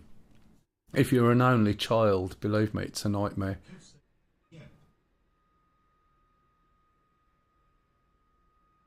Yeah, it's a bugger, isn't it? I had it happen when I ordered my seat from Monster Tech, and I paid out the money, and after I paid it out, I had an email from the courier saying I owe them £300 duties, and I'm like, what? I'd already paid out quite a lot of money for my chair and all the fittings.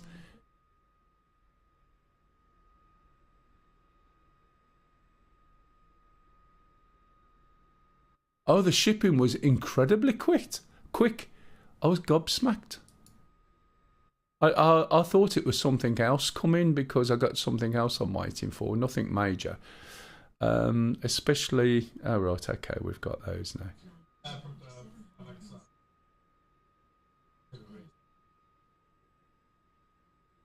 No, I haven't.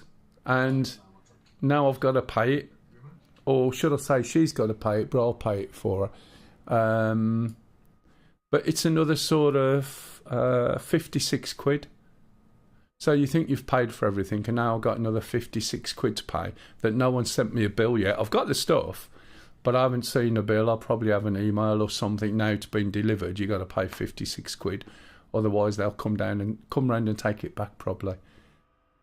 But the bit I want for it to make it work for her is another 70 odd or 90 odd quid, and it's out of stock, and you can't pre-order. I do apologise. Right, okay, right. Let's get back onto this. Start this one up.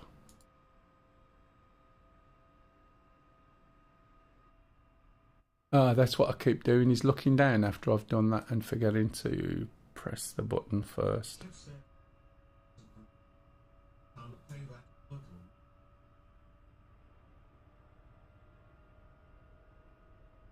It's a real pain in the ass. I remember when I bought 3 kites from New Zealand. I was over there, and they literally had the air sucked out of them and were all rolled up. and into a tiny little package. And I'd got to pay 80 quid duties, and the postmen were waiting for me to turn up to see what the hell was in this package that was quite small and light that I'd got to pay 80 quid duty on. And it was 3 kites. But if I would have bought them over here, it would have cost me a lot more. I mean, one of the kites that I had would cost 1,100 quid at the time. But the way it was done was quite good. So they were all packaged in a tiny little parcel. But that was a long time ago. Those kites wouldn't cost that now, but they did at the time. Okay, right, so I think all my engines are up. Let's put these on. Generators are on. Let's switch this off and that off. And I've still got screens. Paying attention this time. These things can go off though. Backup power stays on. Here. Well, I'll tell you the worst thing, right? Back in 2014, they put 20% VAT onto ships that you buy in Star Citizen. So bearing in mind you're not buying ships, you're just downloading or having, you know, okay, I'll use the term a JPEG. You're having a ship to fly around in. They put 20% VAT on it, and then I stopped spending any money on it back in 2014. However, the other half started to get interested and she wanted stuff, so then I ended up buying stuff for her at the time and then paying VAT on top of it, which is ridiculous for a ship in a game. You know, it's just one big rip-off.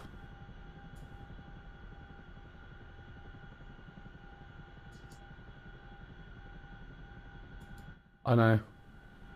It seems to be picked up as a universal thing, doesn't it? Right, let's be careful what I put. Oh dear. That's because I adjusted my glasses at the same time as I looked down then.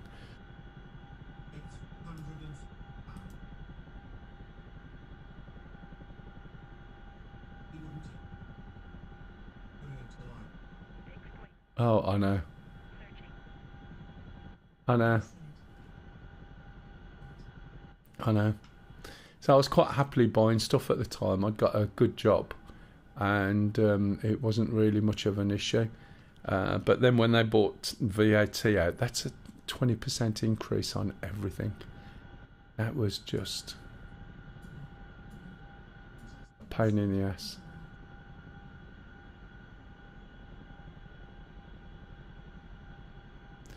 Yeah, 10% is bad enough. But 20%, as I said, on a graphics of a ship, it makes it more worthwhile probably getting hold of somebody in the States, getting them to pay for it and then gift it. Do you know what I mean? Give them the money, let them gift it to you, and then you've got it. Right, okay. What else do you need, Stu?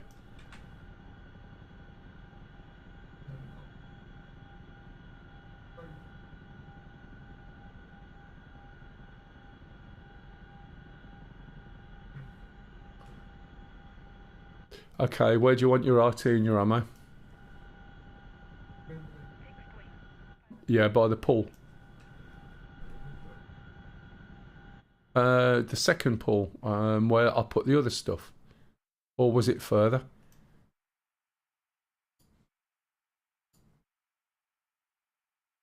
Yeah, it's it's up on that hill. There's the big pool, and then we put some stuff on that hill and round, and then Pup's done some to the left if you look. It's on the map. I don't think we pushed further than that. Not with RT and stuff.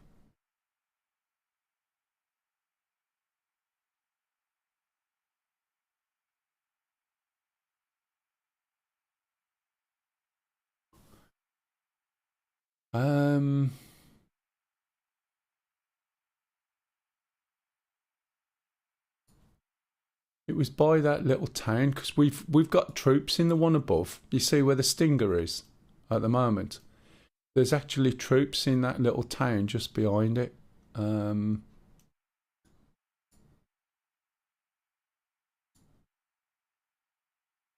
I know they're enemy troops. So let's have a look then.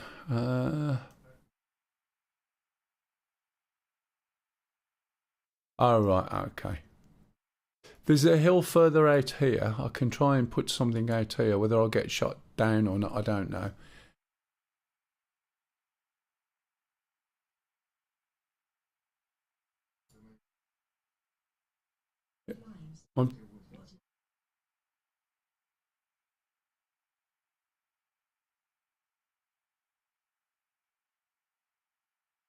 Yeah.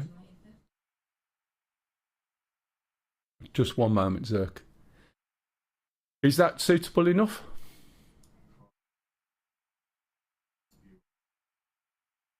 Ah, right. It's Control Shift F11, I think.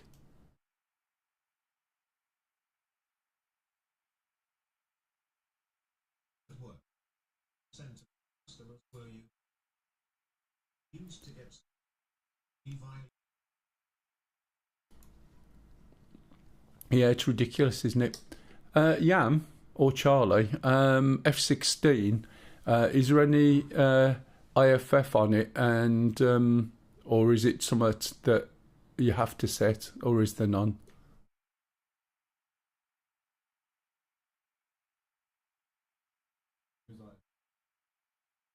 Is it auto, or is it you have to bind it?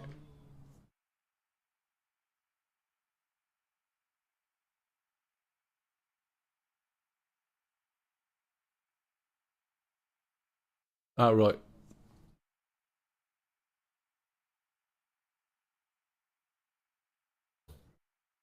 I've just thought they can't hear you. Yeah, sorry. Wait a bit, let me switch you on. Hang on. Sorry, go again. Say that again.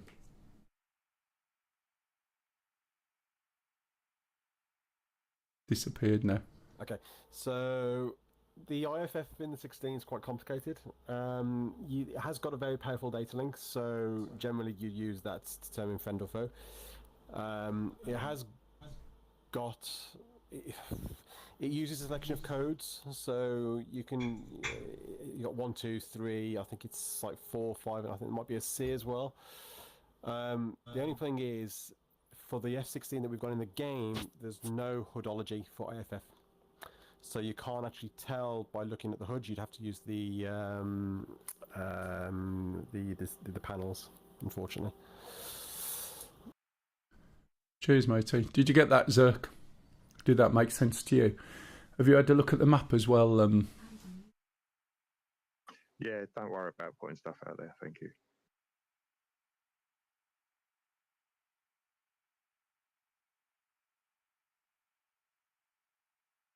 All right, thanks, Eltoners.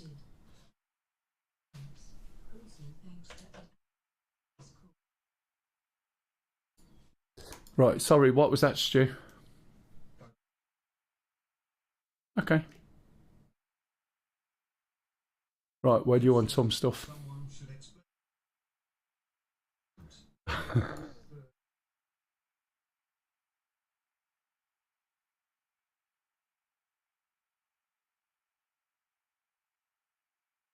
That's the ones that are already out there, out the front, yeah?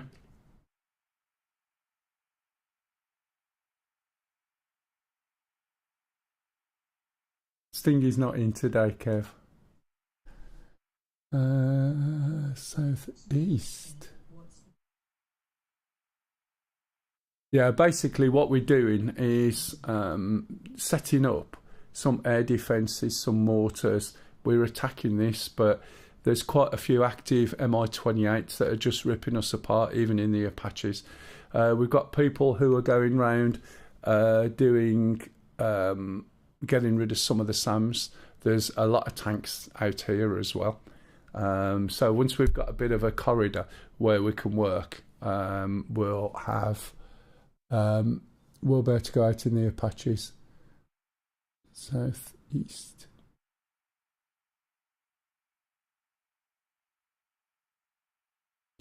There's a hill there. What distance is that? Can't. Oh yeah, there it is.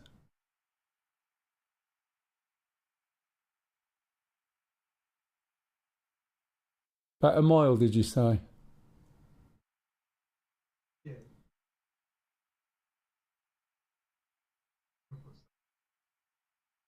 Yeah, there's a little hill which is about what, a mile and a half, which is straight down more or less south, about 183.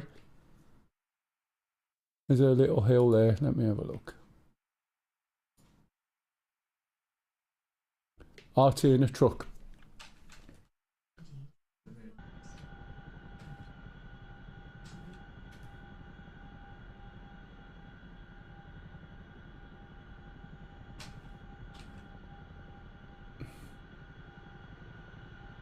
See, we're under the shadow of the clouds now. And it looks quite different, doesn't it, with the sun gone?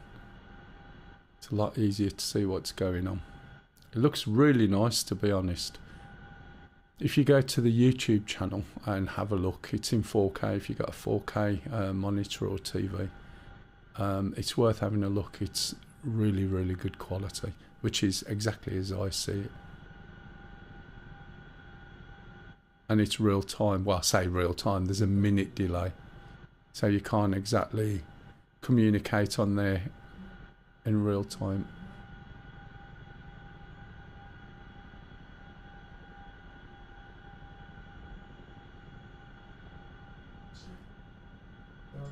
Right.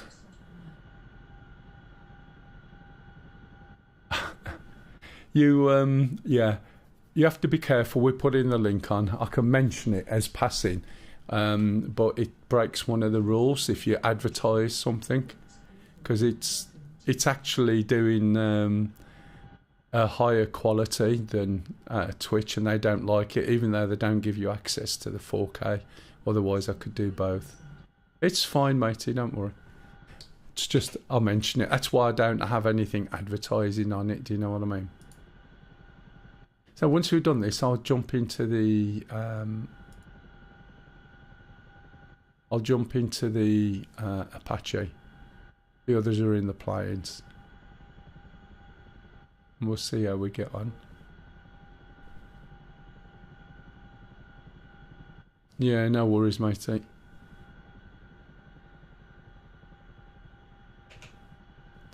So let's put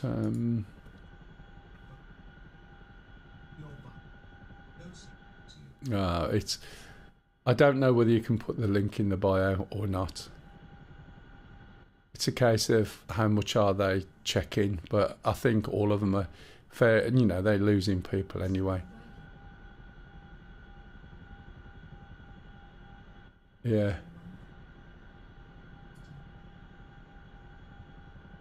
Right, see you, Charlie. Yes, I do. I haven't flown it for a while, to be honest. I used to fly it quite a lot.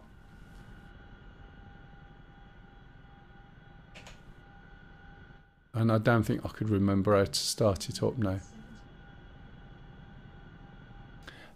I think it's quite good and it's quite fast. The problem I have is, like so many other helicopters and things, when it's a two-seater, it's much better with two people in it. When it's a single person, then it's like the Shark. I would fly the Apache and the Shark, and the Apache is only just, I'd rather fly the Apache two people, to be honest. But the Shark is a single-seater, and I quite like flying that because I'm not losing out on anything.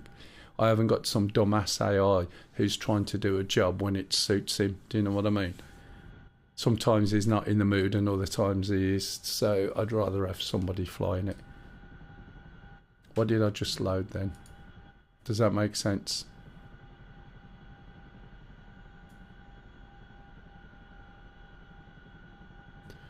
I'm going to put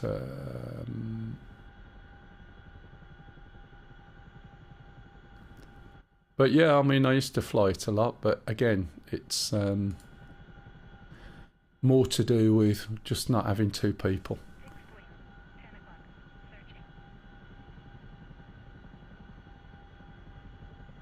Not as much now. We're starting to put a thingamajig. Not by people. I get shot down a lot by our own team in the Apache. That happens quite often. What am I going to? I didn't want to do that at all. I wanted to do this because I want a heading out to this point. 277. Right, okay. If that's over there, it's got to be this way, isn't it?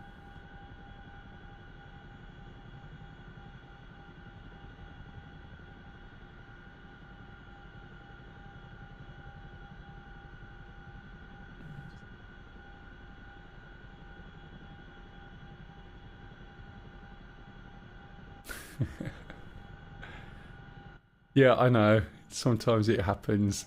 That was that once. It's very rare.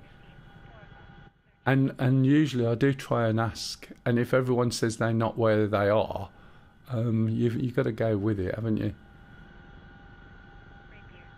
I got shot down and I said, I'm the one not moving the one day. And it was like, not always. Not in some of the newer stuff. Some of the things basically aren't built in quite yet. And if we sent map positions, the trouble is different people know different depths. So you can't send some of the map positions to somebody or where your current position is, because it means nothing to them, and then it's not the sort of situation to learn that in for them, really. So they just get on and they just go and shoot shit. Do you know what I mean? It's like on the Apache, if you put everything into the HUD, you get a pretty good idea that that's a friendly.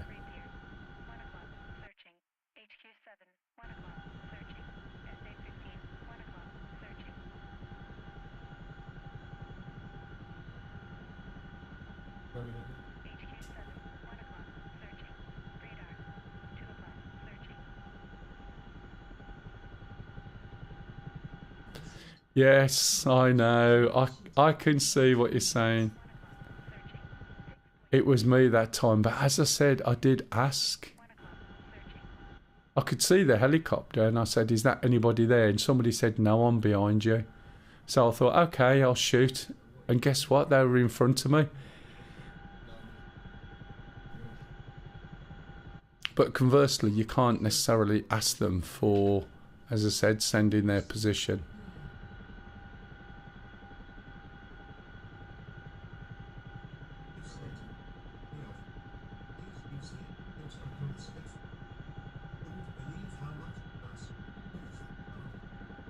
Oh, really? That's what it just sucks up when it's on the field. Was that a working one or old grass from an old engine?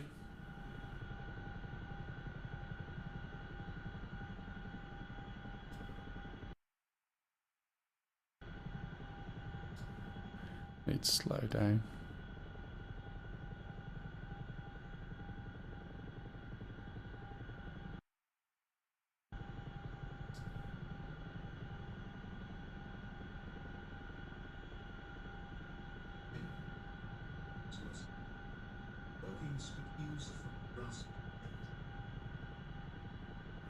Yeah, it's quite bad, isn't it?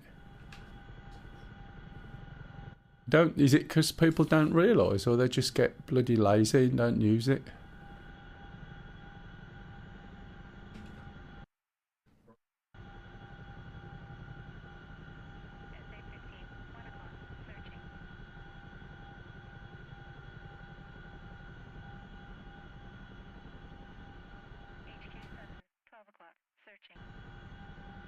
Is that over that road? There's the road in front.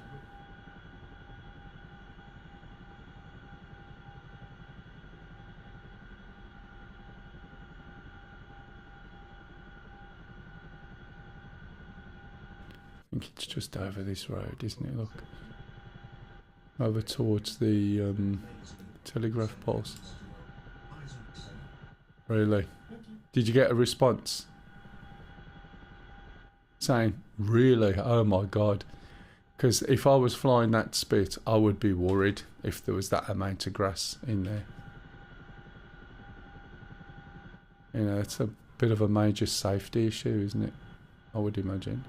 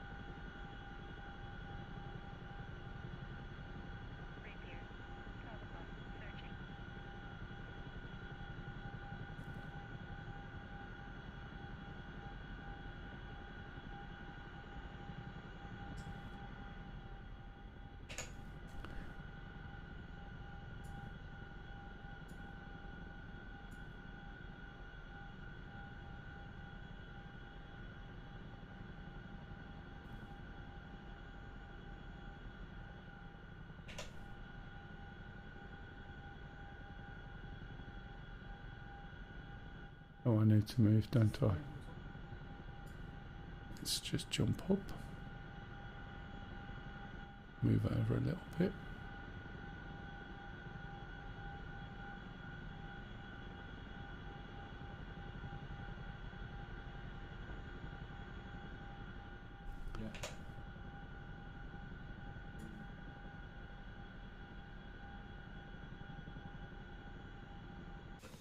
Hopefully that's not going to land on the guys and squash them.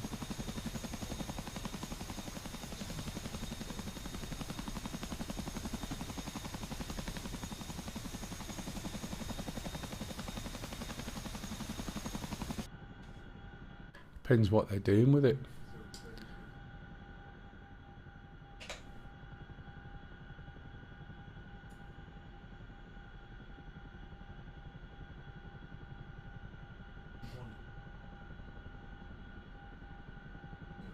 Yeah, exactly.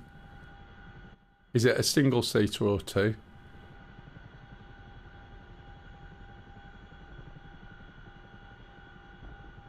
Oops, a little bit bouncy there. Should be just enough room. I must put this button on.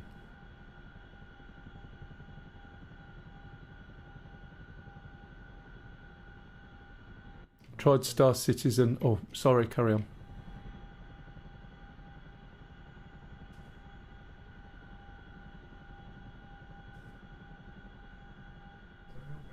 Yeah, it's alright. I was going to say to put tried Star Citizen again after the new patch, and there was no elevators at Orison. I just couldn't get off it. I tried it when I come back from work. I just tried it over a space of a few hours, and there was nothing. But there was supposed to be another patch out that night. So whether it'll work tonight or not, I have no idea. But everything's back at bloody Orison again. And I hadn't bought my my 8 SCU thing to put my doodads in. I know, so I've got a shitload at thingy. And I've just noticed my pedals are catching on my footstool. Would you believe it? So, let's get this going. And then I should be able to let go. Once it's speeding up a little bit.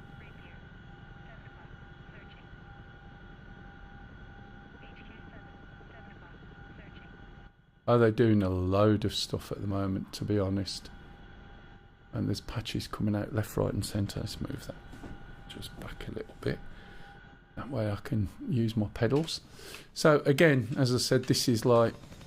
Oh, that's going up, isn't it? Look. Let's just zoom in here. And pull that down. It's also going very slow. Oh, the nose is dropping now, hopefully. It should speed up. Not by much. can definitely go faster than this. But that's hands and feet free, as I said. It's basically just flying incredibly level. It's still coming down a little bit, but hopefully that's speeding up. I just can't read the dials, that's the only problem.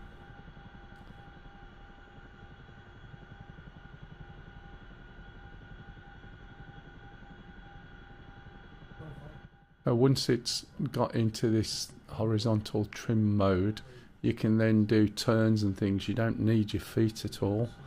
So if we look, we can see where the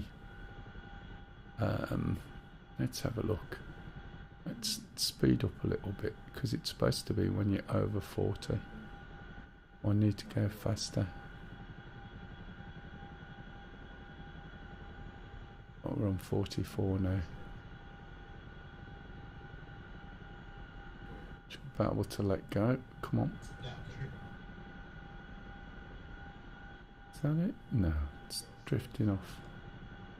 Slows down too easy. Yeah, I thought it would be a two-seater, that's why I asked.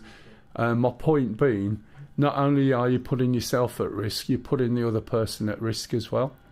So if you're going to do something like let whatever it was you said get clogged up with grass, you're also putting somebody else's life at risk. So that's not something you want to be doing, especially if you're giving sort of people rides in Spitfires. Do you know what I mean? It's not a good one. Right, okay, I think this is going fast enough just. Right, so that's all hands and feet free. And I should be able to turn without hands and feet. So if you look here, right, I should be able to roll this round and turn. And it keeps it level. Look, can you see? Coordinated. Let's turn it round. I think this is going to be about a 20-degree turn. Can you see? 20-degree turn. It's still coordinated. This is all I'm doing is using the cyclic. Going to go around even more. Right, so I'll go around steeper. Okay. There we go. Now we're going round again. Got a little red light up. Okay. I can go around steeper and it's completely coordinated. So that basically means that there's no slip. Yeah, it's really good. It's, dare I say, it feels too easy to fly. It's nice sometimes to have a bit of a challenge. And when it first come out, it just felt awful. And I wasn't sure whether it was going to be one of these things that you just need to learn, or whether it was that the flight model was really bad. But now they've added these extra little bits in, it just handles really, really nice, to be honest. I've just got to try and find out where I'm supposed to be going. I've moved in a little bit close to read everything and I can't see the blue smoke. Anyone see blue smoke? Let's have a look on the map. Oh, right, I should be going the other way, that's why. Going back the way I came after all those turns. But I think you can turn, from what I've seen, up to 60 degrees and it'll keep it coordinated. Oh, I think I might be. Is it in the right direction now? Neither.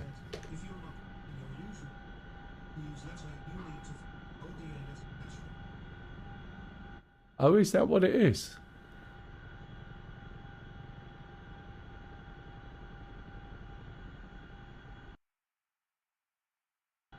That's better. There's the smoke now. The smoke is really quite low level because of the wind. I think this oh shit. I was just about to say it's getting dark, isn't it?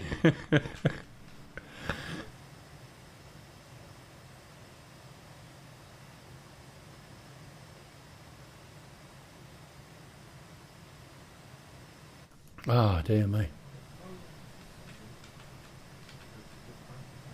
This is getting dark, really. Oh, do you know what I think it is?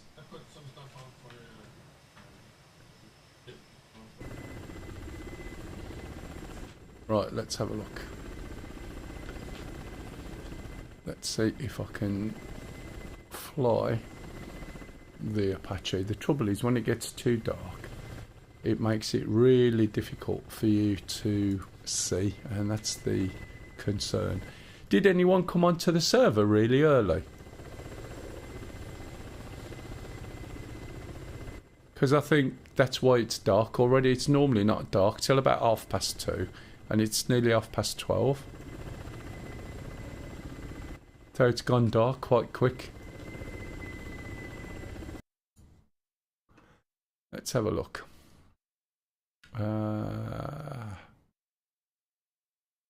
Let's try the Apache. It's either or, isn't it? You have to also set it up when you rearm and select night vision. So you might not have it. Pardon? Yeah.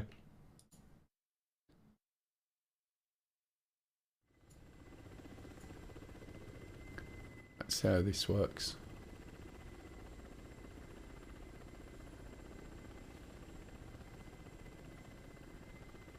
It comes to a full stop, doesn't it, when it's going to load this? Nice. Anyone remember what the headlamp is? Or the torch? Yeah.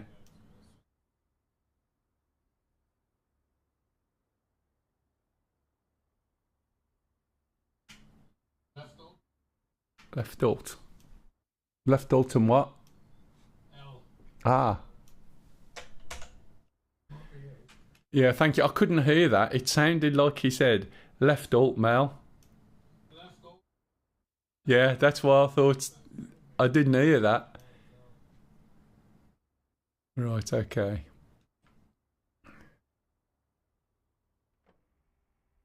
Right, so we'll start with the battery. We'll see how we get on. We might not get on very well, but then again, you never know.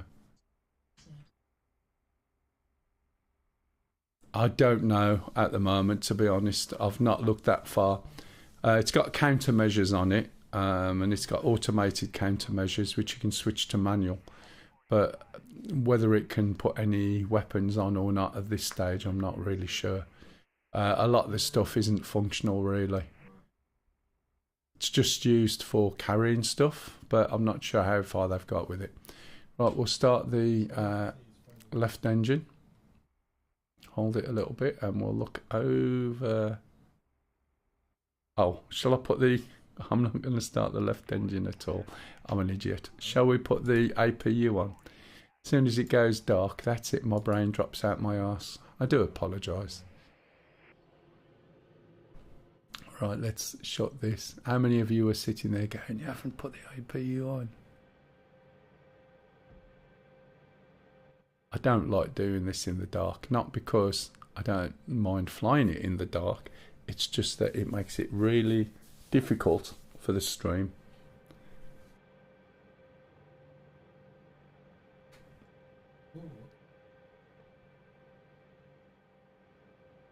Oh, right. Now we'll start the engine, shall we? Okay, when the numbers there get up to about 20, 24, we'll move the left throttle forward. Let's switch this off for now. We're just waiting here for the oil pressure to drop below 70. You can ask questions on this, but I don't know my way around this yet as much as I would like. Slowly getting there. So there's things that I don't know. I did fly more in the co-pilot gunner seat for a long time. And to be honest, I prefer it in there to some extent. Except when you're in the pilot seat, the AI is pretty ropey. Okay, so now we can start the second engine. So we're going to press that forward. A couple of seconds. Again, when we get the numbers up to about 20, there we're going to press this forward into the idle mode.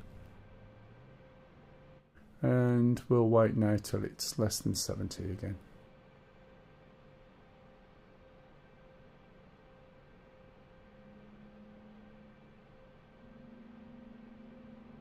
I know what'll happen when Lisa comes home from work. It'll be, here's your joysticks arrived, and she'll say, haven't you opened it? And I'll go, it's not mine, it's yours. And then she'll open it and look at the bits, and she'll say, can you sort it out? And that's it. Then can you configure it? Then can you put it on my game? And I'll have to say, I can, but you haven't got a twist grip. I don't know when they're going to start creating those again. It's a bit of a pain in the ass. She's a bit short for pedals, so I'm going to have to possibly raise the pedals of my old ones up a little bit so little legs can reach them. I know that sounds like daft, but you imagine a child sitting on a chair, the way the legs dangle, do you know what I mean? That's Lisa. Right, okay, we're going to start pushing the throttles up nice and steadily.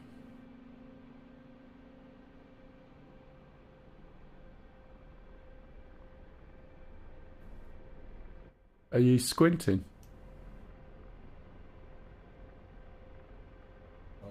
Have you got a torch on over you, like you're trying to point out the window? Turn this all the way up. Oh look, there's the floodlight. Wondered what it was. Okay. Probably don't need this on just now.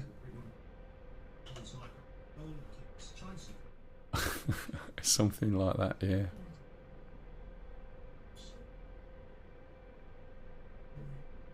Oh yeah. Well, I'll go and pick her up from work, and when she comes home from work, she gets changed and that, and I say, I picked you up, it's your turn to make the tea. She does it quite happily, to be honest. Saves her having to get a taxi. Because she gets lazy sometimes. Right. Let's have a look. While we're doing this, we'll go and show. CPG cursor, threat show, threats and targets.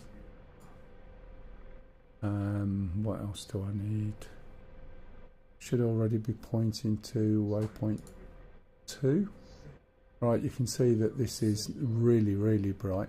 So we'll turn that down to night time, and then we'll turn this down even more, so we can see the symbology and what's going on. When you use the show, by the way, you've got 2 modes here, as you can see in terms of phase. So you've got nav and attack.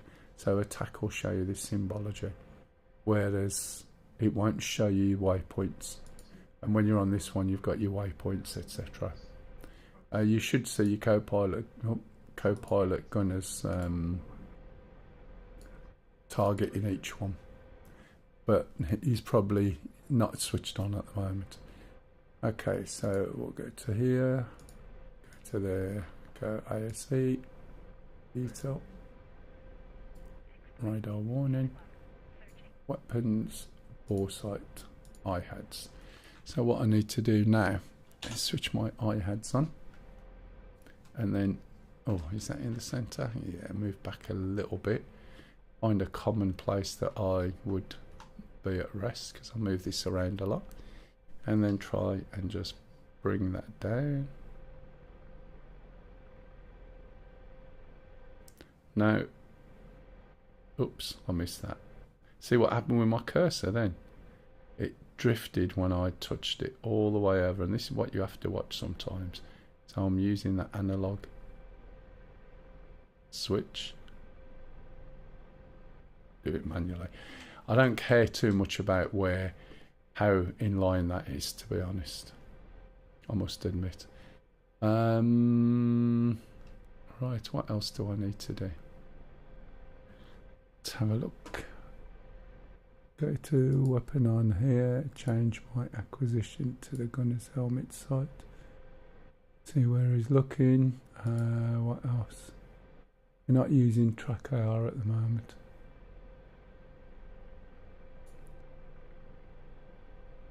That needs to be turned down. That needs to be turned down a little bit.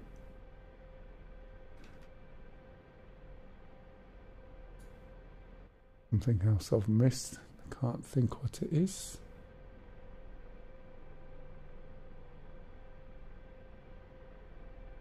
Oh yeah, radios and things. This needs to be turned. This is where I need my little light, but there's a little rotary just here. I need to turn these up. Switch these on. I'm going to turn these up as well. But I can't hear. Did I miss that button? Did I not turn it on?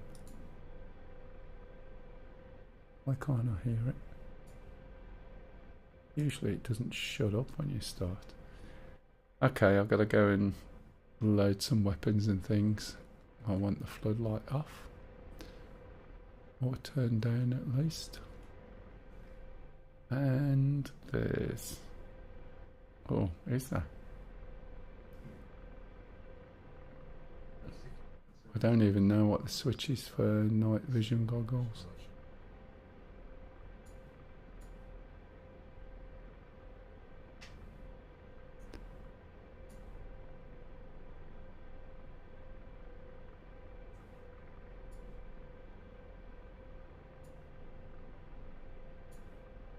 There's my button there. Okay. Need the APU to go off.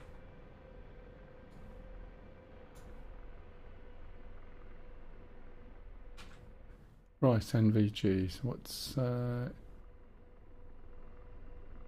it's down here, isn't it? I think.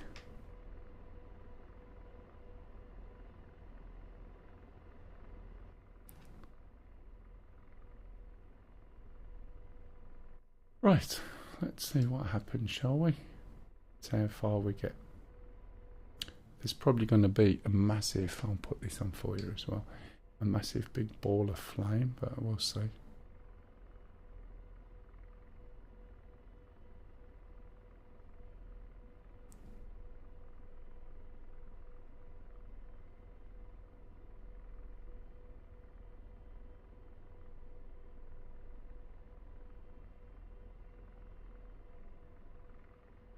Bit of a bugger when all you've got to look at is a tiny little green screen, isn't it? SA-15, 3 o'clock, searching. Oh, there she is.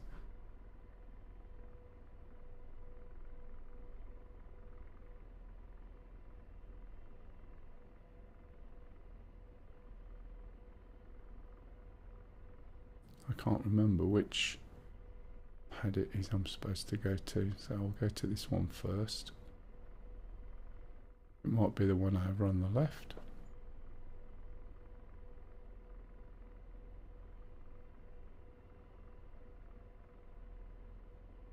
Fixed wing, 4 o'clock, searching. I'm going to roll over if I'm not careful. Right, see if I can rearm reload.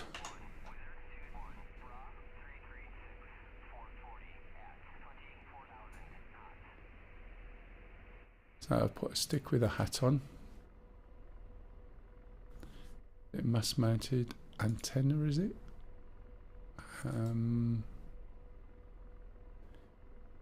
put 1K in there, and I think that's about as much as I can do. Might as well fill the fuel up. Request refueling.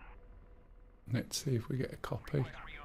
Yes, we did, which means it's going to be doing it.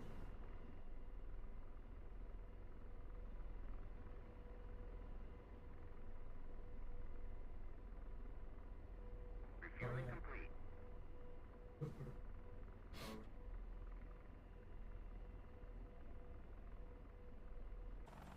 Let's have a little look, see what's going on. Everyone else. If I put this on, it's going to at least let me know who's there. Repower, refueling. There's Charlie. There's Arthur. There's Yam. No, he's in. He's in the shark. So you've got no NVGs. You just got a light on. Is that what you're doing? Yam. Oh, I see you. Yeah, I can see your light. Still fascinates me how lights work in a 3D environment.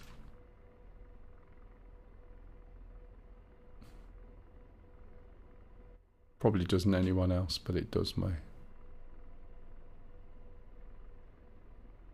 Fixed wing, 3 o'clock, searching. Right, I think. Oh yeah, we're loaded. Right, okay, so while I'm down here, let's go to weapon and go to, what was I after actually? FCR. Util. Pinned, so we're going to unpin it. Change that over, make sure we get it selected, which is a particular key combination. Change this view to FCR. And that should be working, which it is. We're also going to switch on CSP. And then there's another control, which I think is link. And then we should be able to take off and get a link of what's going on. Okay, so I'm not sure where Stu wants me or anything, but let's take off and see how we get on.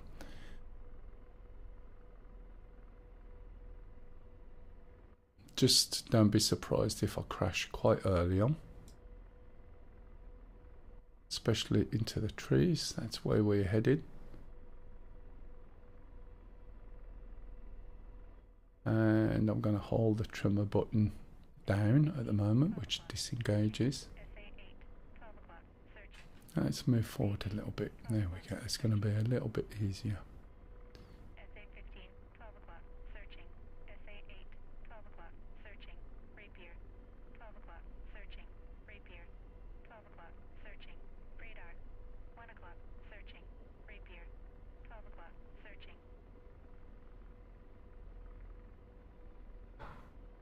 Okay, so that's where my heading is. Okay, I wondered where that was going.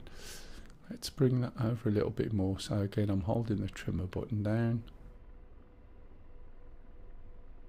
Just bringing the heading over towards that, and at the same time doing a little bit of right pedal.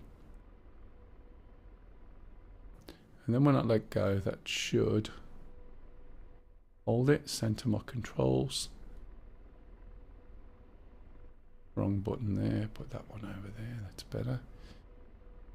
And just drop my height a little bit, get my height under some level of control. There, maybe. So that's held now. So as you can see, there I am flying along at the right attitude. Now at the same time, I'm going to be scanning. And what I want to make sure as well is I've got the missiles selected. I've also got that unlocked. And I'm going to press all so that basically all my missiles will warm up at the same time. Height, a little bit high. Probably get shot down by something. Okay. SA-15, 2 o'clock, searching. Okay, I got quite a few targets in front of me. Rapier, 12 o'clock, searching.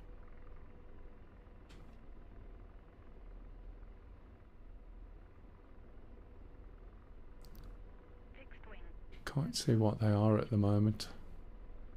Probably friendlies. Yeah, that's our stuff, isn't it? I suddenly realised. 12 o'clock, searching. SA-8, 1 o'clock, searching.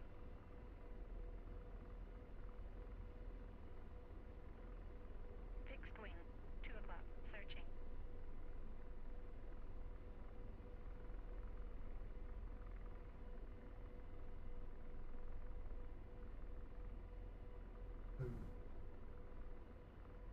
Hang on 1 minute, let's see if my gun's working.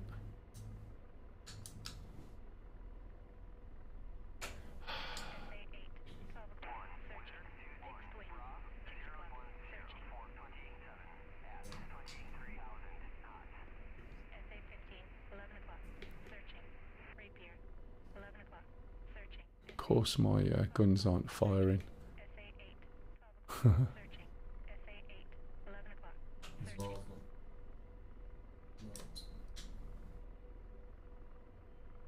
Yeah, you got no night vision on it at all, have you?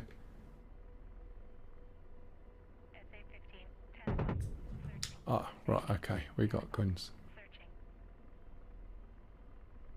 Sorry, I drifted off a little bit then.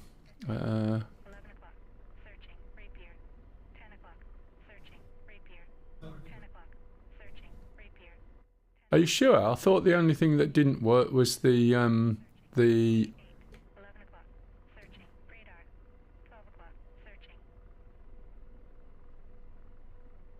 yeah, but the H thing, right? You don't target them with that. Not in the shark. I believed it was either the head doodad thing where you looked at them and you targeted, but I never used that. I just used the Vickers. Is this the village by any chance?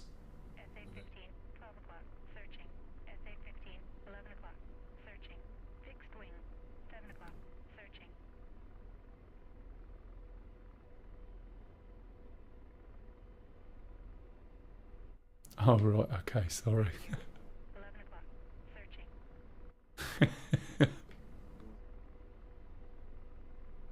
Again, like the other weeks.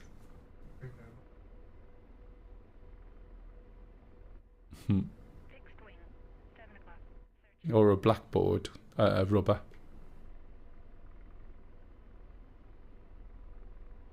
We used to do that. We used to walk past the teacher and then just gently tap them on the back with a blackboard rubber till when they went out they were covered in chalk.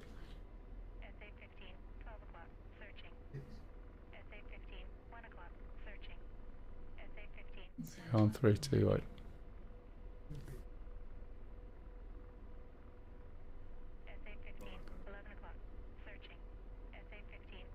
Yep. I think this is it. I've got them at 2, 4, about 6k.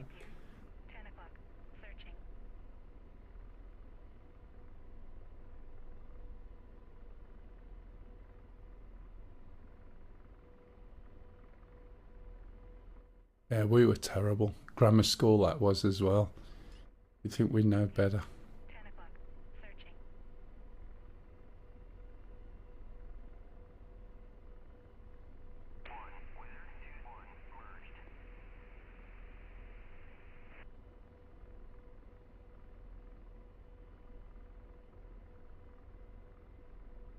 Yeah, copy that.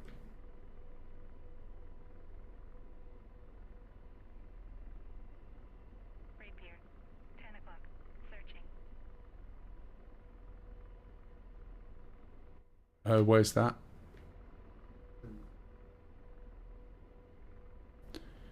As long as I don't stop, I should be alright.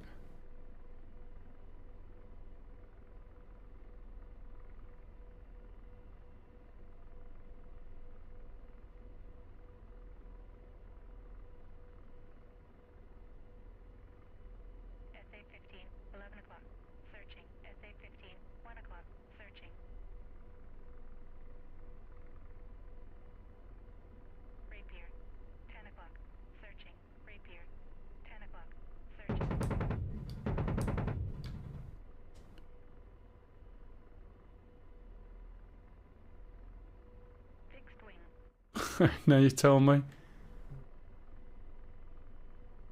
I've shot one. It's not friendly either.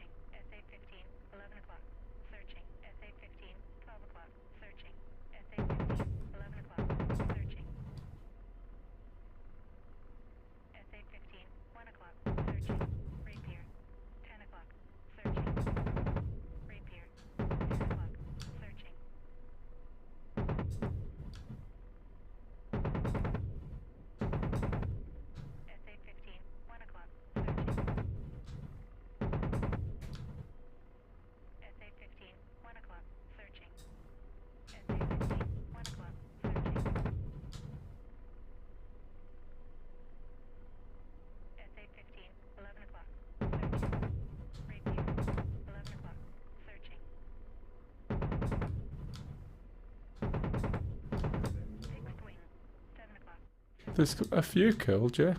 7 o'clock. Tracking.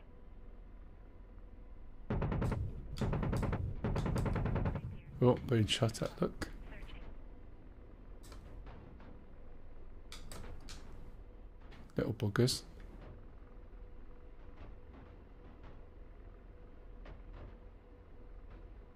SA-15. 12 o'clock.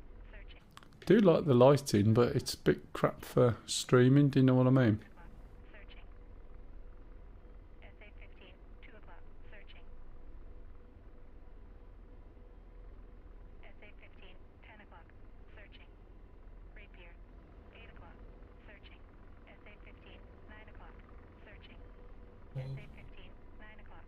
Searching. Yeah.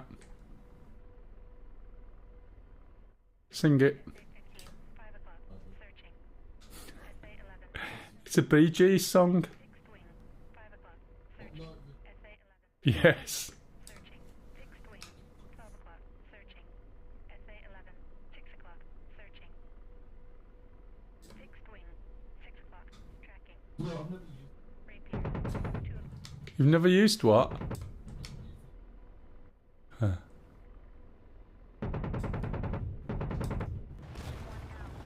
Oh. Yeah. That's me done.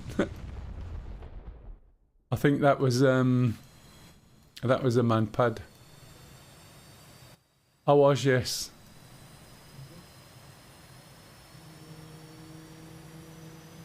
I don't know. I haven't watched him for a long time.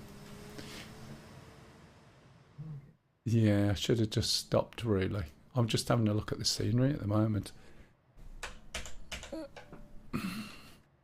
Because I think this is going to be a little bit difficult in the dark, stream-wise. It's good fun to fly in, you know, could do with the practice. But it's quite nice, isn't it? Someone's in the what is that? Is somebody sitting in the you're in a shark. You put all your lights on. Did you auto start? Okay, I'll let you off. I know you do, yeah. I was going to say, I was waiting for Yam. Can't say anything with Yam yet. Well, apart from having a nice sort of sunsetty type situation, it makes it extremely difficult to see what's going on, to be honest. So I may have to wind up. Let me zoom in over the... let's go over the enemy base and see what we can see.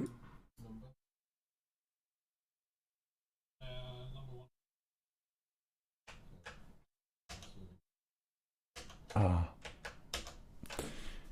Sorry, Stu. It's Control F11, isn't it? Not Control Shift.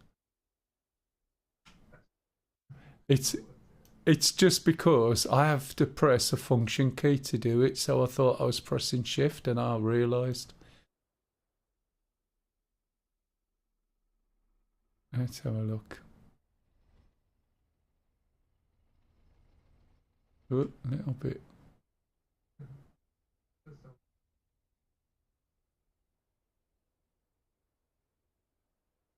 Yeah. Did the car stop?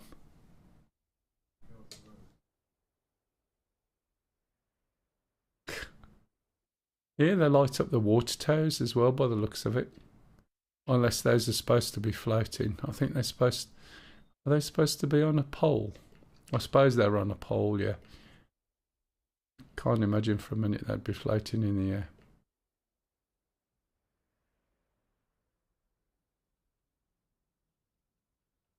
Right, there's not a lot I can do with this, to be honest. I think it's going to be quite difficult in terms of the stream. So, that being said, I think I'll wind the stream up, I'm afraid, today, a little bit earlier than usual. And then we can carry on flying and see how we get on. So, it's because once the mission starts, it starts. And if someone gets in a little bit early, then obviously the clock starts. and I think the mission starts at 2 o'clock. So as a consequence, we've gone dark already. So what I'll do is I'll wind the stream up and I'll pass you guys on to somebody else. So please bear with me. Thank you very much for watching.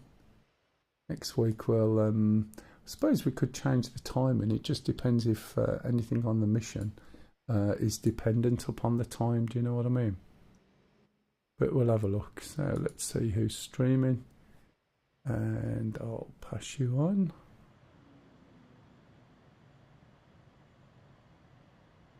When learning the F-18.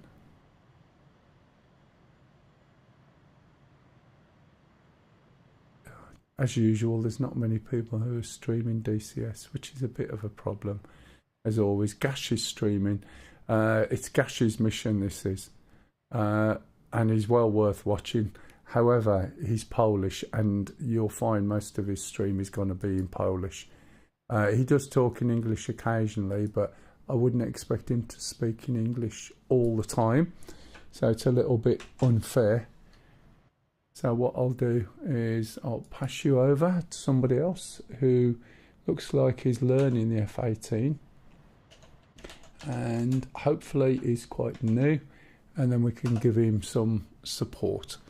So if you just bear with me a little bit, we'll jump over and give this guy a few follows. Hopefully he's English speaking.